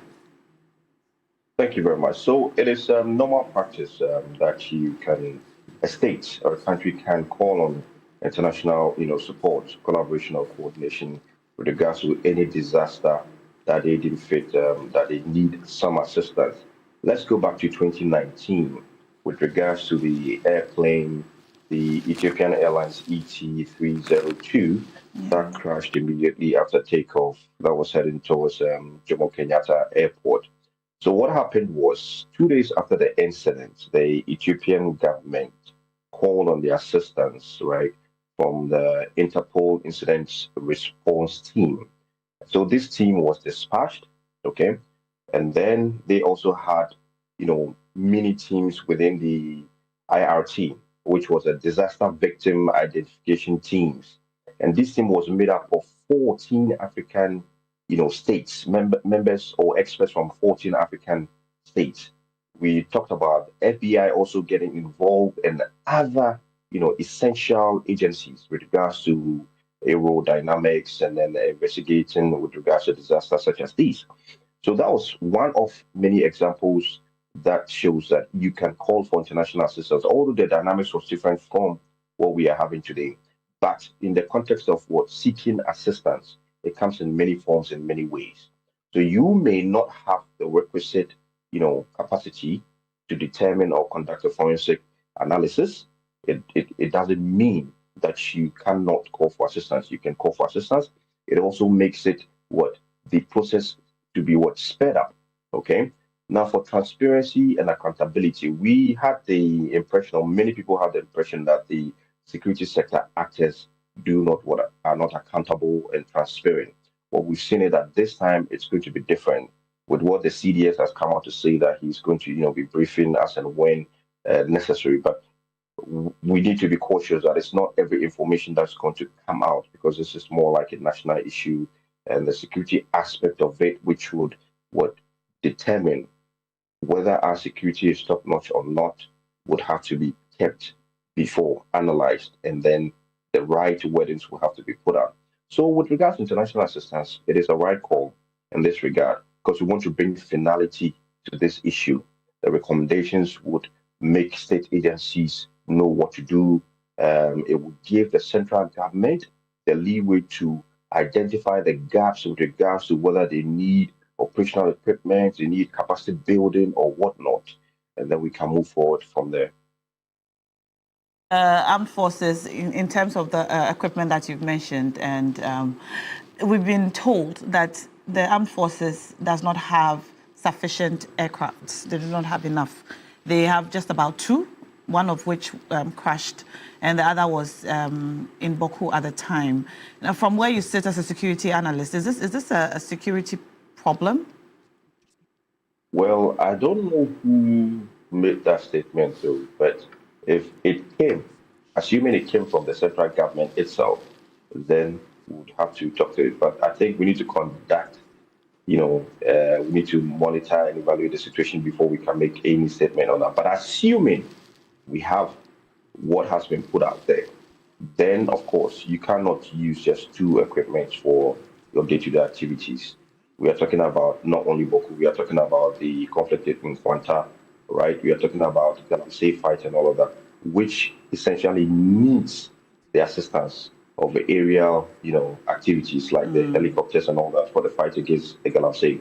So then it means we have a very big gap. Assuming this statement that has been put out there is true, then it means we need to look at how we can restock our operational equipment, which is very essential to the fight against any threat, internally and externally.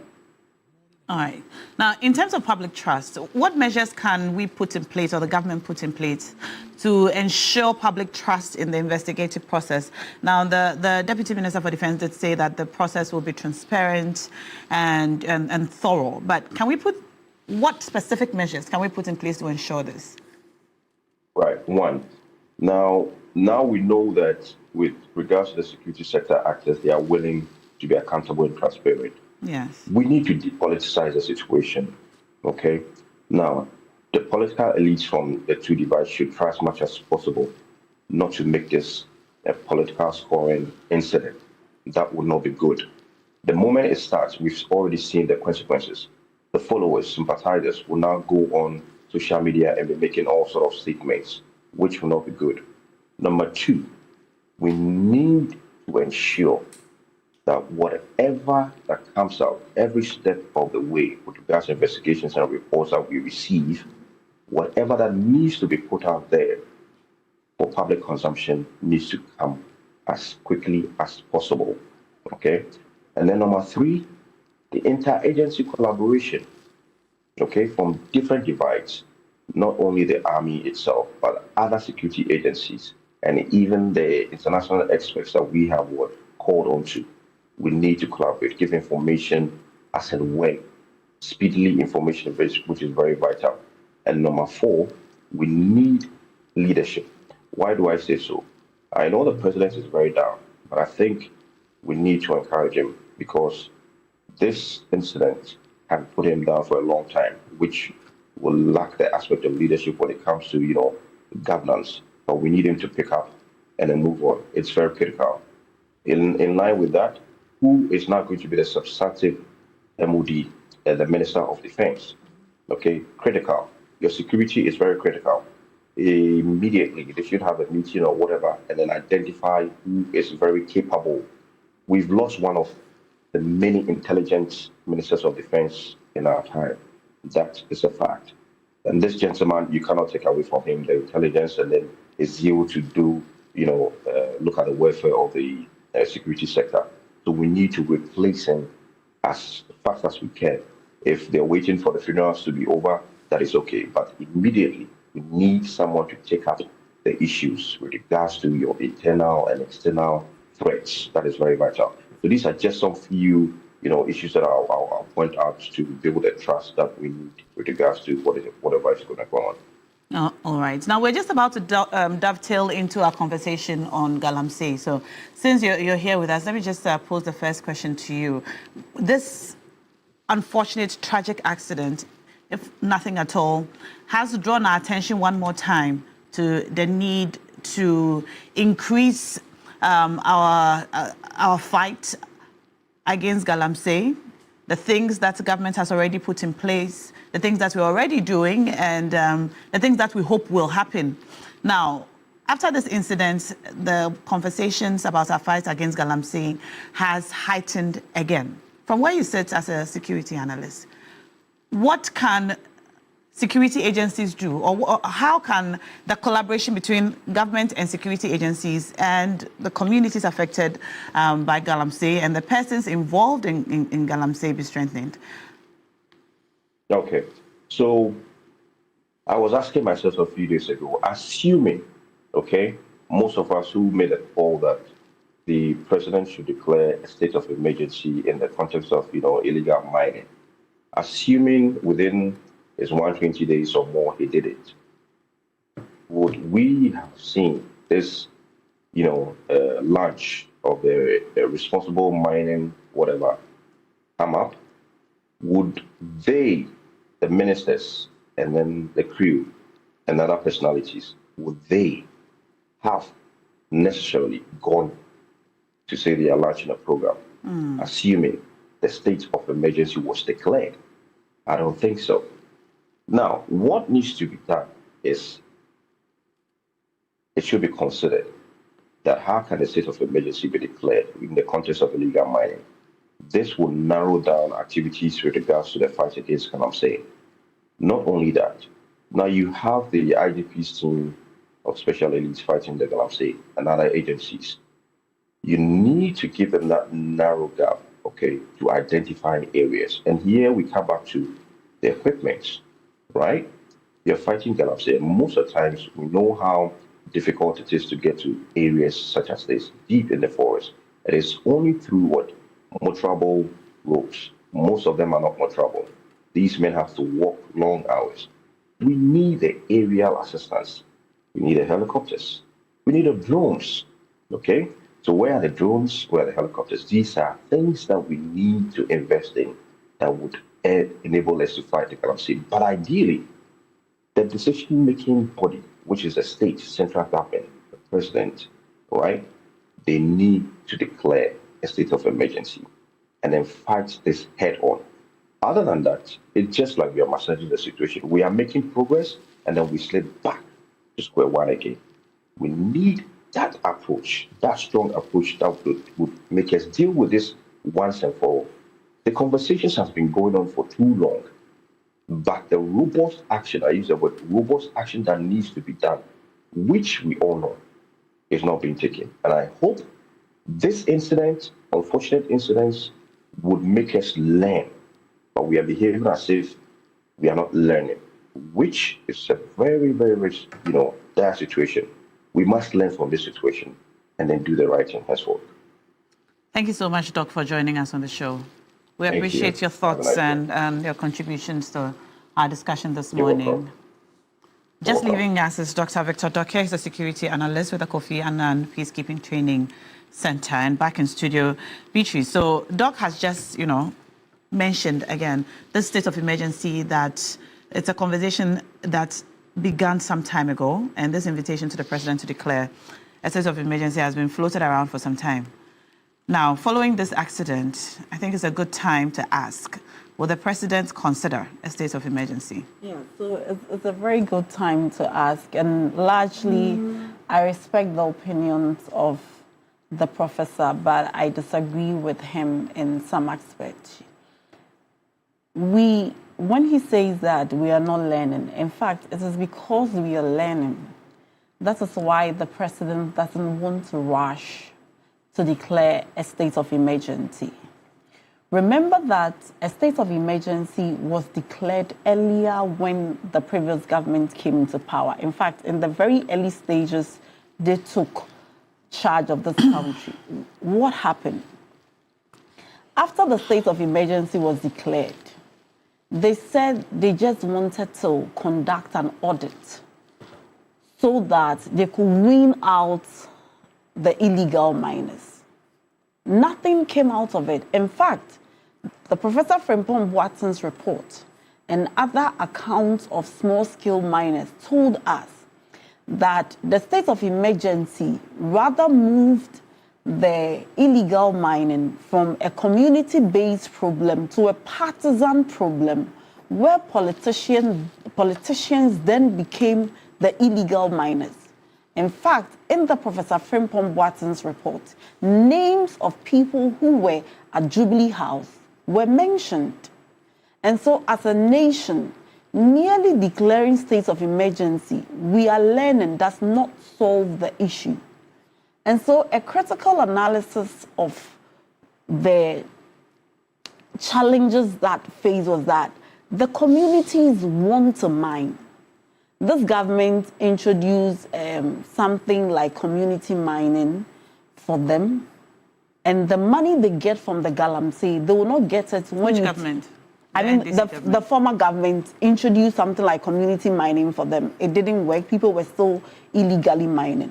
And so a lot of engagement with the community showed that if you group them and if you give them leadership where they will be accountable, where governments will have direct access to identify those who are legally mining, and that the communities themselves will cooperate with you.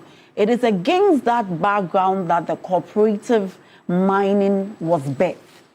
Now, like every policy, it needs to be rolled out, evaluated, re-evaluated, and where it fails, and then you can do something about it. We in the NDC have not taken the position that we are a repository of all knowledge when it comes to the issues of fighting galamsey. At the last count, at least we are aware that about 8 out of 9 forests, which were hitherto no-go areas for people who were fighting galamsey, have been reclaimed by government. That is a plus for the government. It is also instructive to say that no government official is involved in galamsey, and that even the last time that names of persons connected with the NDC who were national executives were mentioned, within, the twinkling of an eye, they said that Iyoko investigate these people. And so you can see that there is a certain commitment on the part of our government to fight galamsey. This is a new policy. It's a new policy that was even yet to be rolled out with the communities to see how lands can be reclaimed, to see how these communities can group to mine in very responsible mining, under very responsible mining circumstances. And then this unfortunate incident happened. I agree and share in the sentiments of people who say that we ought to end galamsey, and I agree. But we ought not to mix up the issue, because there are people who have obtained valid licenses to be mining. There are just some unscrupulous ones who are just hiding. Or even for some of the people who had, licenses, they've also gone beyond the scope of their licenses to be doing their things. And so the approach is multifaceted. I agree with the call. Yesterday, I had a meeting with some of my friends, and I was asking them, what are some of the 3 challenges you see that our governments may be facing? And I think unanimously, everybody mentioned galamsey. I am not also oblivious. I'm always on X. I know some of the people who champion the anti-galamsey fight. They still are in touch with that. So we recognize that this is a challenge and we ought to solve it. But I want to assure the good people of Ghana that it is the commitment of President Mahama. Even when his national officers' names are mentioned, his actions should demonstrate to you a certain willingness on the part of this government. Yesterday, I saw the journalist Erastus Asaridonko's post. He is one of the journalists who have been on the front, showing us videos of the communities clashing with the men of the IGP. Even this morning, someone shared the said video with me. And so I can give the people of Ghana the assurance that President Mahama is committed. I'm sorry to stop you there. I'll come back to you, but we have to cross over now to the Black Star Square, where there's a live coverage of the funeral arrangements ahead of tomorrow's state burial of the 8 fallen men. Together with the churches of the 6 departed comrades, would take charge of the burial ceremony at the military cemetery. Because of the rather large number of people that will be expected tomorrow, a number of measures have been taken to ensure that we have a very solemn ceremony. So for the media that is here, you would have seen the ongoing setup. We are trying our best to provide as many chairs as we can to accommodate the thousands of people that we expect to join the various families and the government officials here for the service. We are going to label the various canopies appropriately to accommodate those who will be coming. We entreat the public who would want to join us for the service to arrive early and collaborate with the protocol and security officials on ground to assist them to sit. We do not expect people to be crisscrossing the inner perimeter before and during the service. The inner perimeter is going to be locked out to mourners, and the mourners are expected to remain under the canopies for the service. When you come in later today or early tomorrow morning, you would notice the labelings that will be on the various canopies indicating where people are supposed to sit. There will be heavy security deployment, obviously not because the president and the vice president are here, but also for the safety of all mourners that are going to be here. We therefore entreat the mourning public to collaborate with the security officers as it relates to their walking in, their parking, and others. If you are driving in, you will be required to alight at a specific point and walk into the mourning zone, and your vehicle can be parked at a designated car park. If you are driving yourself, then you'd have to go and park and come and walk into the service area. For the cemetery, arrangements have been made to provide buses to convey the families that would be heading to the military cemetery. The idea is to reduce the traffic en route to the cemetery and also manage the traffic at the cemetery, because if we allow everybody to just drive in there, the number of vehicles there will be a lot. So buses will be provided to the 6 families to convey them there, and then a few others that would be able to join would join. If you get to the cemetery, please listen to the military police that will be on standby, who would be working on parking and designated areas where we can go and where we cannot go. With relation to the media, I believe that a statement was issued earlier by the Minister of State for Government Communications on arrangements that have been made for this service. And media houses and journalists were required to apply for accreditation. Media houses and journalists that applied and have been accordingly accredited are the only ones that will be allowed in the inner perimeter, which is designated as a special media zone for the service. And that accreditation is for only camera holders, video camera operators, and photographers. They are the only ones that are going to be allowed in the inner perimeter. Reporters and others are not going to be in the perimeter. You are welcome to join the mourners. You are also welcome to use the media stands on this end or on the left end and be able to follow proceedings and report back to your media houses. Allocations have also been made for audio feed to my right behind the stands for radio stations that want to set up for their outside broadcast from here, set up their studios for outside broadcast. You are welcome to set up there, and you have audio feed for your work. Television stations that also want to set up and broadcast from here are also welcome to set up behind the left stand very close to the OB van that is there, and feed outlets are going to be available for clean feed of the proceedings here for you to use for your productions. What that means is that your technical teams that are going to be working at the outdoor broadcast locations do not need accreditation. They are welcome to come in and be there. It is only camera operators that would come into the middle that would require accreditation, and they must have it, and we are going to enforce it religiously.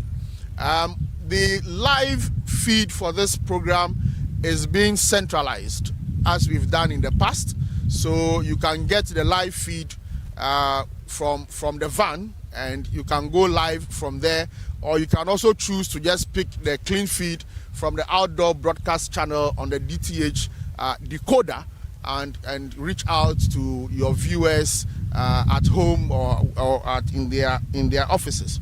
We expect that we would all comport ourselves.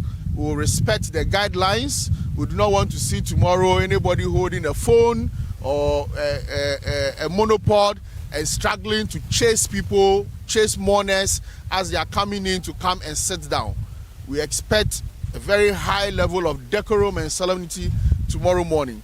And if you are given an accreditation to be in the inner perimeter, do well to come in early, check your audio, ensure that you have the required audio feed that you need, and then also check on the TV feed and be sure that you are okay before the service starts at about 7:30. At this point, I would invite the Air Commodore Okai from the Ghana Armed Forces to provide a briefing on the ceremony, what they are going to be doing as it relates to the military service that we will be holding here tomorrow. Air Commodore.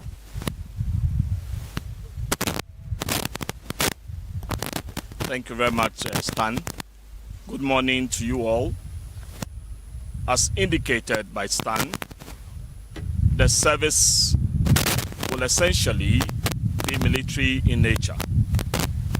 The Ghana Armed Forces has the responsibility of moving our fallen heroes from the morgue to the Blaster Square and then to the military cemetery after the funeral service. The service will be led by the chaplaincy of the Ghana Armed Forces. That does not mean that only ministers, pastors, and imams from the armed forces will be in charge. We would be supported by some of our civilian colleagues, but in essence, it will be a military service. After the service, like I indicated, we'll proceed to the military cemetery. We can all understand that burying 6 fallen heroes at the same time is not the same as burying just one person. And so there would be some unique arrangements and innovations at the cemetery to ensure that our fallen heroes are accorded the highest state respects possible. Please, would like to plead with all of us that both here and at the cemetery, let us follow directions so we can have some order. We will not want a situation where people will be walking in places that they are not expected to be in. Please let us all, at all times, ensure the highest form of discipline. I thank you all.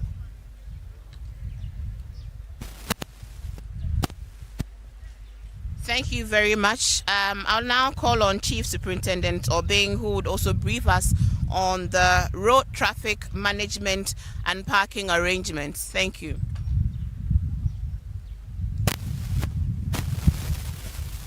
Thank you very much. Good morning.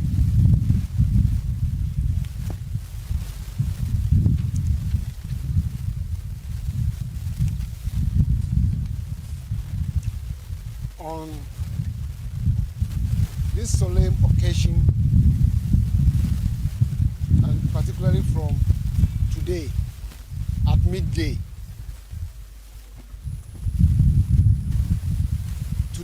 midday,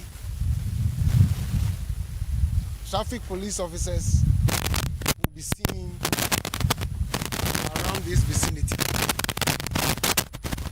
From this afternoon through the night and through tomorrow, the aim is to ensure that there is free flow of traffic in terms of mourners, family members, and all that have everything to do with this occasion. In light of this, there are certain roads that are going to be managed. So from tomorrow morning at about 5 a.m., traffic police officers will be deployed to manage traffic that are coming from Laboni and Osu through the Independence Square to the Central Business District. what is that we will ensure that there is no congestion. And so as and when we view and see that traffic is compounding, certain traffic diversions have been made to deliver these traffic services to routine commuters and residents around Independence Square. Those on La Road, when the road is blocked, will be diverted onto the Oxford Street. Those who are on Local Street joining Castle Road to come to the Independence Square, to the ministries or Makola or through to Jamestown, among others, if the area is choked, will be diverted onto the castle to Independence Avenue through National Theatre onward to Kimbu. The same applies to our routine road users from Jamestown on the Professor John Evans at Mills High Street. If they are not coming to Monodat and the traffic is choked, we will assist them and divert them onto the Liberia Road from the SEPS headquarters through to Ministry Traffic Light to National Theatre. There are so many roads that are there for them to also access the city and their various destinations. Again, those that are from Kimbu who want to just traverse the Independence Square and if the place is choked, traffic police officers and equipment are on hand at Ministry Traffic Light to assist them and divert them onto the Independence Avenue again. What is that we have designated a lot of car parks to serve mourners and all that has everything to do with this event. We have one of the biggest car park reserve prepared with police officers going to be deployed at the Great car park on my left outside this Black Star Square. Again, we have enough parking space for dignitaries that are designated as VIP and VVIPs, among others, behind this arch. We have enough space to also accommodate them. We have car parks around the stadium. We have some at Access Car Park. We have also some at the frontage of the State House. If there is even a spillover, we have secured a Fuwa Sutherland area to support this service. Again, we are deploying a lot of recovery trucks and towing vehicles so that vehicle or drivers who will leave or abandon or get their vehicle broken down, that will lead to obstruction and unnecessary congestion. Such services will be delivered and such vehicles will be moved to our Kimbu, to our Tudu office at the Central Business District, Central MTTU, for collection. We have also put in place measures to collaborate with our counterparts in the military to deliver traffic services on the Bush Road at where we have the military cemetery. We have enough car park to accommodate those who will be coming, and police officers will be on hand.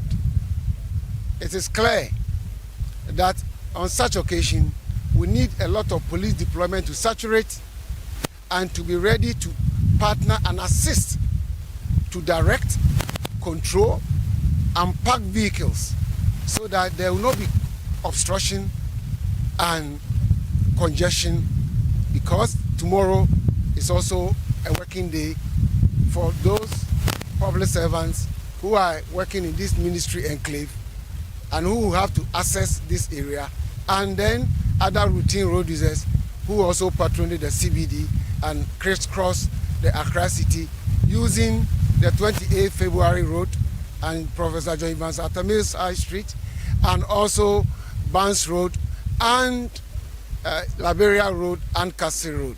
Thank you very much.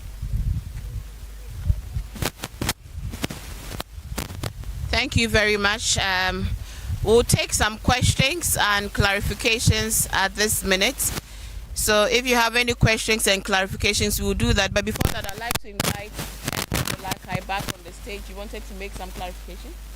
No. Oh, okay. Sorry. Right. So questions, please.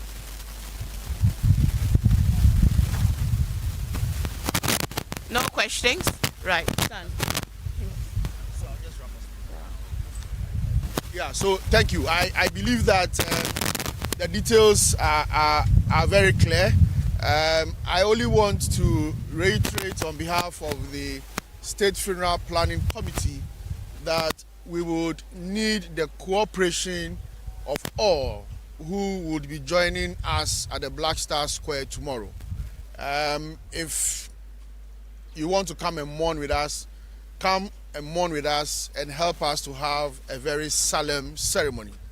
We promise that for those who will be watching from home and from the various parts of the country and the world, we'll bring you the best of live TV production. All right, that we have just come back from the Black Star Square where there was a press conference addressing the nation on tomorrow's funeral ceremony for 6 out of the 8 departed gallant men who we lost on the 6th of August, a week and a day ago, in that tragic helicopter accident. And we saw that the Deputy Presidential Spokesperson, Shamima Muslim, and Stan Dogbe speaking there, telling us how to comport ourselves when we come for the ceremony tomorrow. It's a solemn one. And the ask is that everybody who attends would respect the fact that it's a solemn ceremony. Do not cross cameras, do not loiter about. You come, you sit down and allow the ceremony to proceed in an orderly manner as has been planned by the presidency. Now, back in studio, we have just about 5 minutes to wrap up our conversation. We were in the middle of our Galamsey conversation as to whether or not we are on the right path in our fight against Galamsey. I interrupted you there, Beatrice. You were speaking before we had to cross over. Yes, so let me conclude by saying that I want to give the people of Ghana and everybody the assurance that the NDC is committed to making sure that the Galamsey menace is put to an end. President Mahama and the government are committed to making sure that it doesn't matter whose office go, when you are found to be culpable and engaged in, the laws will deal with you. And I keep saying that unless you don't know the president, or unless you haven't really studied a certain train about him, you will be mistaken to think that the president will cover up the wrongs. President Mahama, even with your intention alone, as a minister, as an appointee, you will be in trouble. And so no appointee or government or persons in government will be emboldened to engage in this. But we have a challenge which is multifaceted. And I recognize the people who are calling for quick solutions. I recognize and the edge, and we all spoke about it and against it when we were in power and we were in opposition. We cannot all of a sudden change, and we will not change because we are in power. In fact, we recognize that the ultimate duty is to make sure that we meet and we leave the country better than it was handed over to us. And that's what we have demonstrated. So I can give the people of Ghana the assurance that these ministers who died and the military men who lost their lives in the most tragic manner were on their way in their quest to solve the Galamsey menace in a manner that they deem fit. And so join us tomorrow as we mourn the 6 departed people, but also be assured that to honor their memory, be assured that to build the nation that we all want. And in fact, we said that we are building the Ghana we want together with the people of Ghana. And I don't think that in that Ghana, we envisage a menace where Galamsey would take center stage. You can see from the updates of Erastus Asari Donko and other journalists that this government is committed. We just think that along the line, we will implement policies, we will evaluate, re-evaluate, and together with you, we believe we can end the menace. All right. Woodlyn. Well, it's good to know that there are going to be policies that would come out and probably be able to help us solve the Galamsey thing. But why are people doing Galamsey? It's because of lack of employment. Most of the time, that's what they say. So I just want a few things answered for me. For instance, why is it that we cannot use the same people? Because at the moment, we have to reclaim the land. So if we are just stopping them, when are we going to do the reclamation of the land? How much is it going to cost us to do the reclamation of the land? What would it take for us? Do we have the experts who are going to do the reclamation of the land? If all these things are answered, can we use the people that are doing the Galamsey? Because some of them are there, and we are told that some collect like 300 cedis a day from the big people who pay them to go and do the panning and all those things. Can we ask them to stop, and we'll give them that money so that they reclaim the land? Instead of mining. Use the workers. Yes, use the reclamation of the land. In the reclamation of the land. That would also put money in their pockets. And I think that if you go out there now and you tell them that, look, it's 300 cedis you're collecting, stop. Everybody stop this thing. We are going to give you 300 cedis, but it's to cover back the land, with giving them the right equipment. If it means giving them gloves, it means giving them whatever, because of the mercury and the cyanide that is supposed to be in the soil. Because at the end of the day, if you continuously say you're going to keep them out, they're going to constantly come in. As 10 are going out, 5 are coming in. Because it's a question of their livelihood. Because it's a question of their livelihood. You understand? So once you go chasing them, now we have water guards running after them. We have the police special unit running after them. The military is running after them. You run after them from one end, they are coming through the other end. So you have to find a way of keeping them away from doing that job by giving them whatever will suffice them. That's what I think. So, Auntie Rodney, it is our expectation that some of these people will move into the responsible mining because, like you're saying, it is the livelihood. And so if we can rather do that supervised with leaders so that we know who to hold accountable, because the challenge with this is that it's just the space. And anytime there is an alert that police is coming, they run away. But if we know that Group A is headed by Nashoko, Group B is headed by Auntie Rodalyn, then we know who to hold responsible. And it's easier to trace people because without local and community intelligence, you can't really fight any Galamsey. Yeah. And so it is really our hope that this approach will solve some of the major challenges, unless those who say that irrespective of all the interventions you're doing, irrespective of the support, they're trying to say that let's meet you halfway, we will still not do it. Then how long have we been doing this responsible mining? We just that's what I'm saying. That was what was being launched, and then the tragic incident happened. So I'm hoping that in memory of these people, the program will be so implemented well so that they will be happy, and then the citizens will also benefit in ways that benefits the country. I think we will benefit from a proper breakdown on the responsible I agree. It's just because the tragic incident happened, they never had the opportunity to even explain the concept after the launch. Perhaps we can have you come back and give us a proper breakdown of exactly what it is and how it will I would love to come back with the CEO or the coordinator of the program on your show, and then we explain further. So we will understand better. Abrewa Ninkran of 10,000 people, we never saw a whole township in the forest, and we never saw. So it's like fighting. All right. I agree with you. I have to thank you now. Beatrice, Anand, presidential staffer. She's one of our own our very own. Yeah, Yes, who has gone and come back to us. I'm a home person. Yes, great to have you back. And of course, our favorite auntie, Rodlin Imoro Ayana. She's a public interest advocate, and thank you too for sending in your messages. Our show was a little truncated with that press conference, which is also very necessary ahead of tomorrow's funeral ceremony for 6 of the 8 fallen gallant heroes of our land.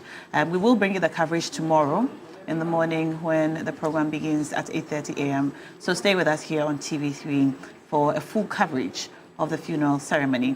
Now, you don't need to break the bank to give your family a fun and memorable summer vacation. Book our summer promo package now. The package is for 1 night and get a second night absolutely free with dinner on arrival. You also enjoy free breakfast, lunch, and dinner on the second day, breakfast on the last day, on the day of departure. All you have to do is pay only 2,300 Ghana cedis. This promo ends on the 30th of September, so please take advantage of it now.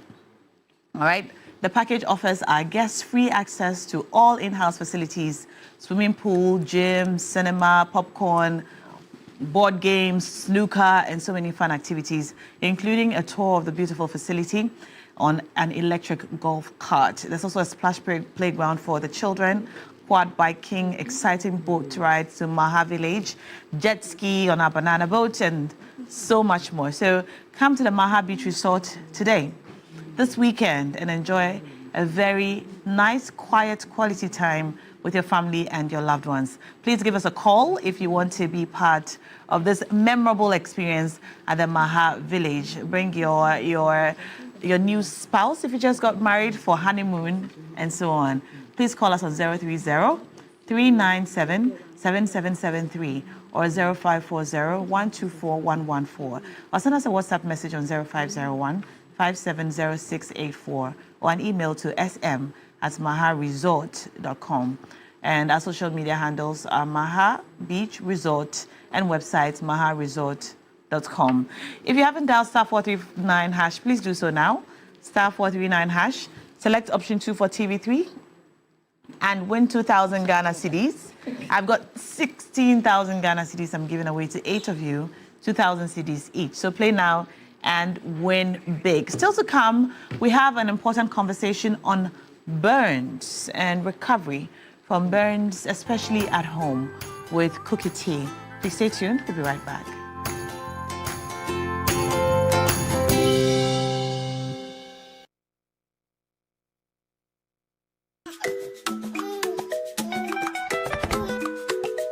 How may I help you today? We'd like to open a bank account.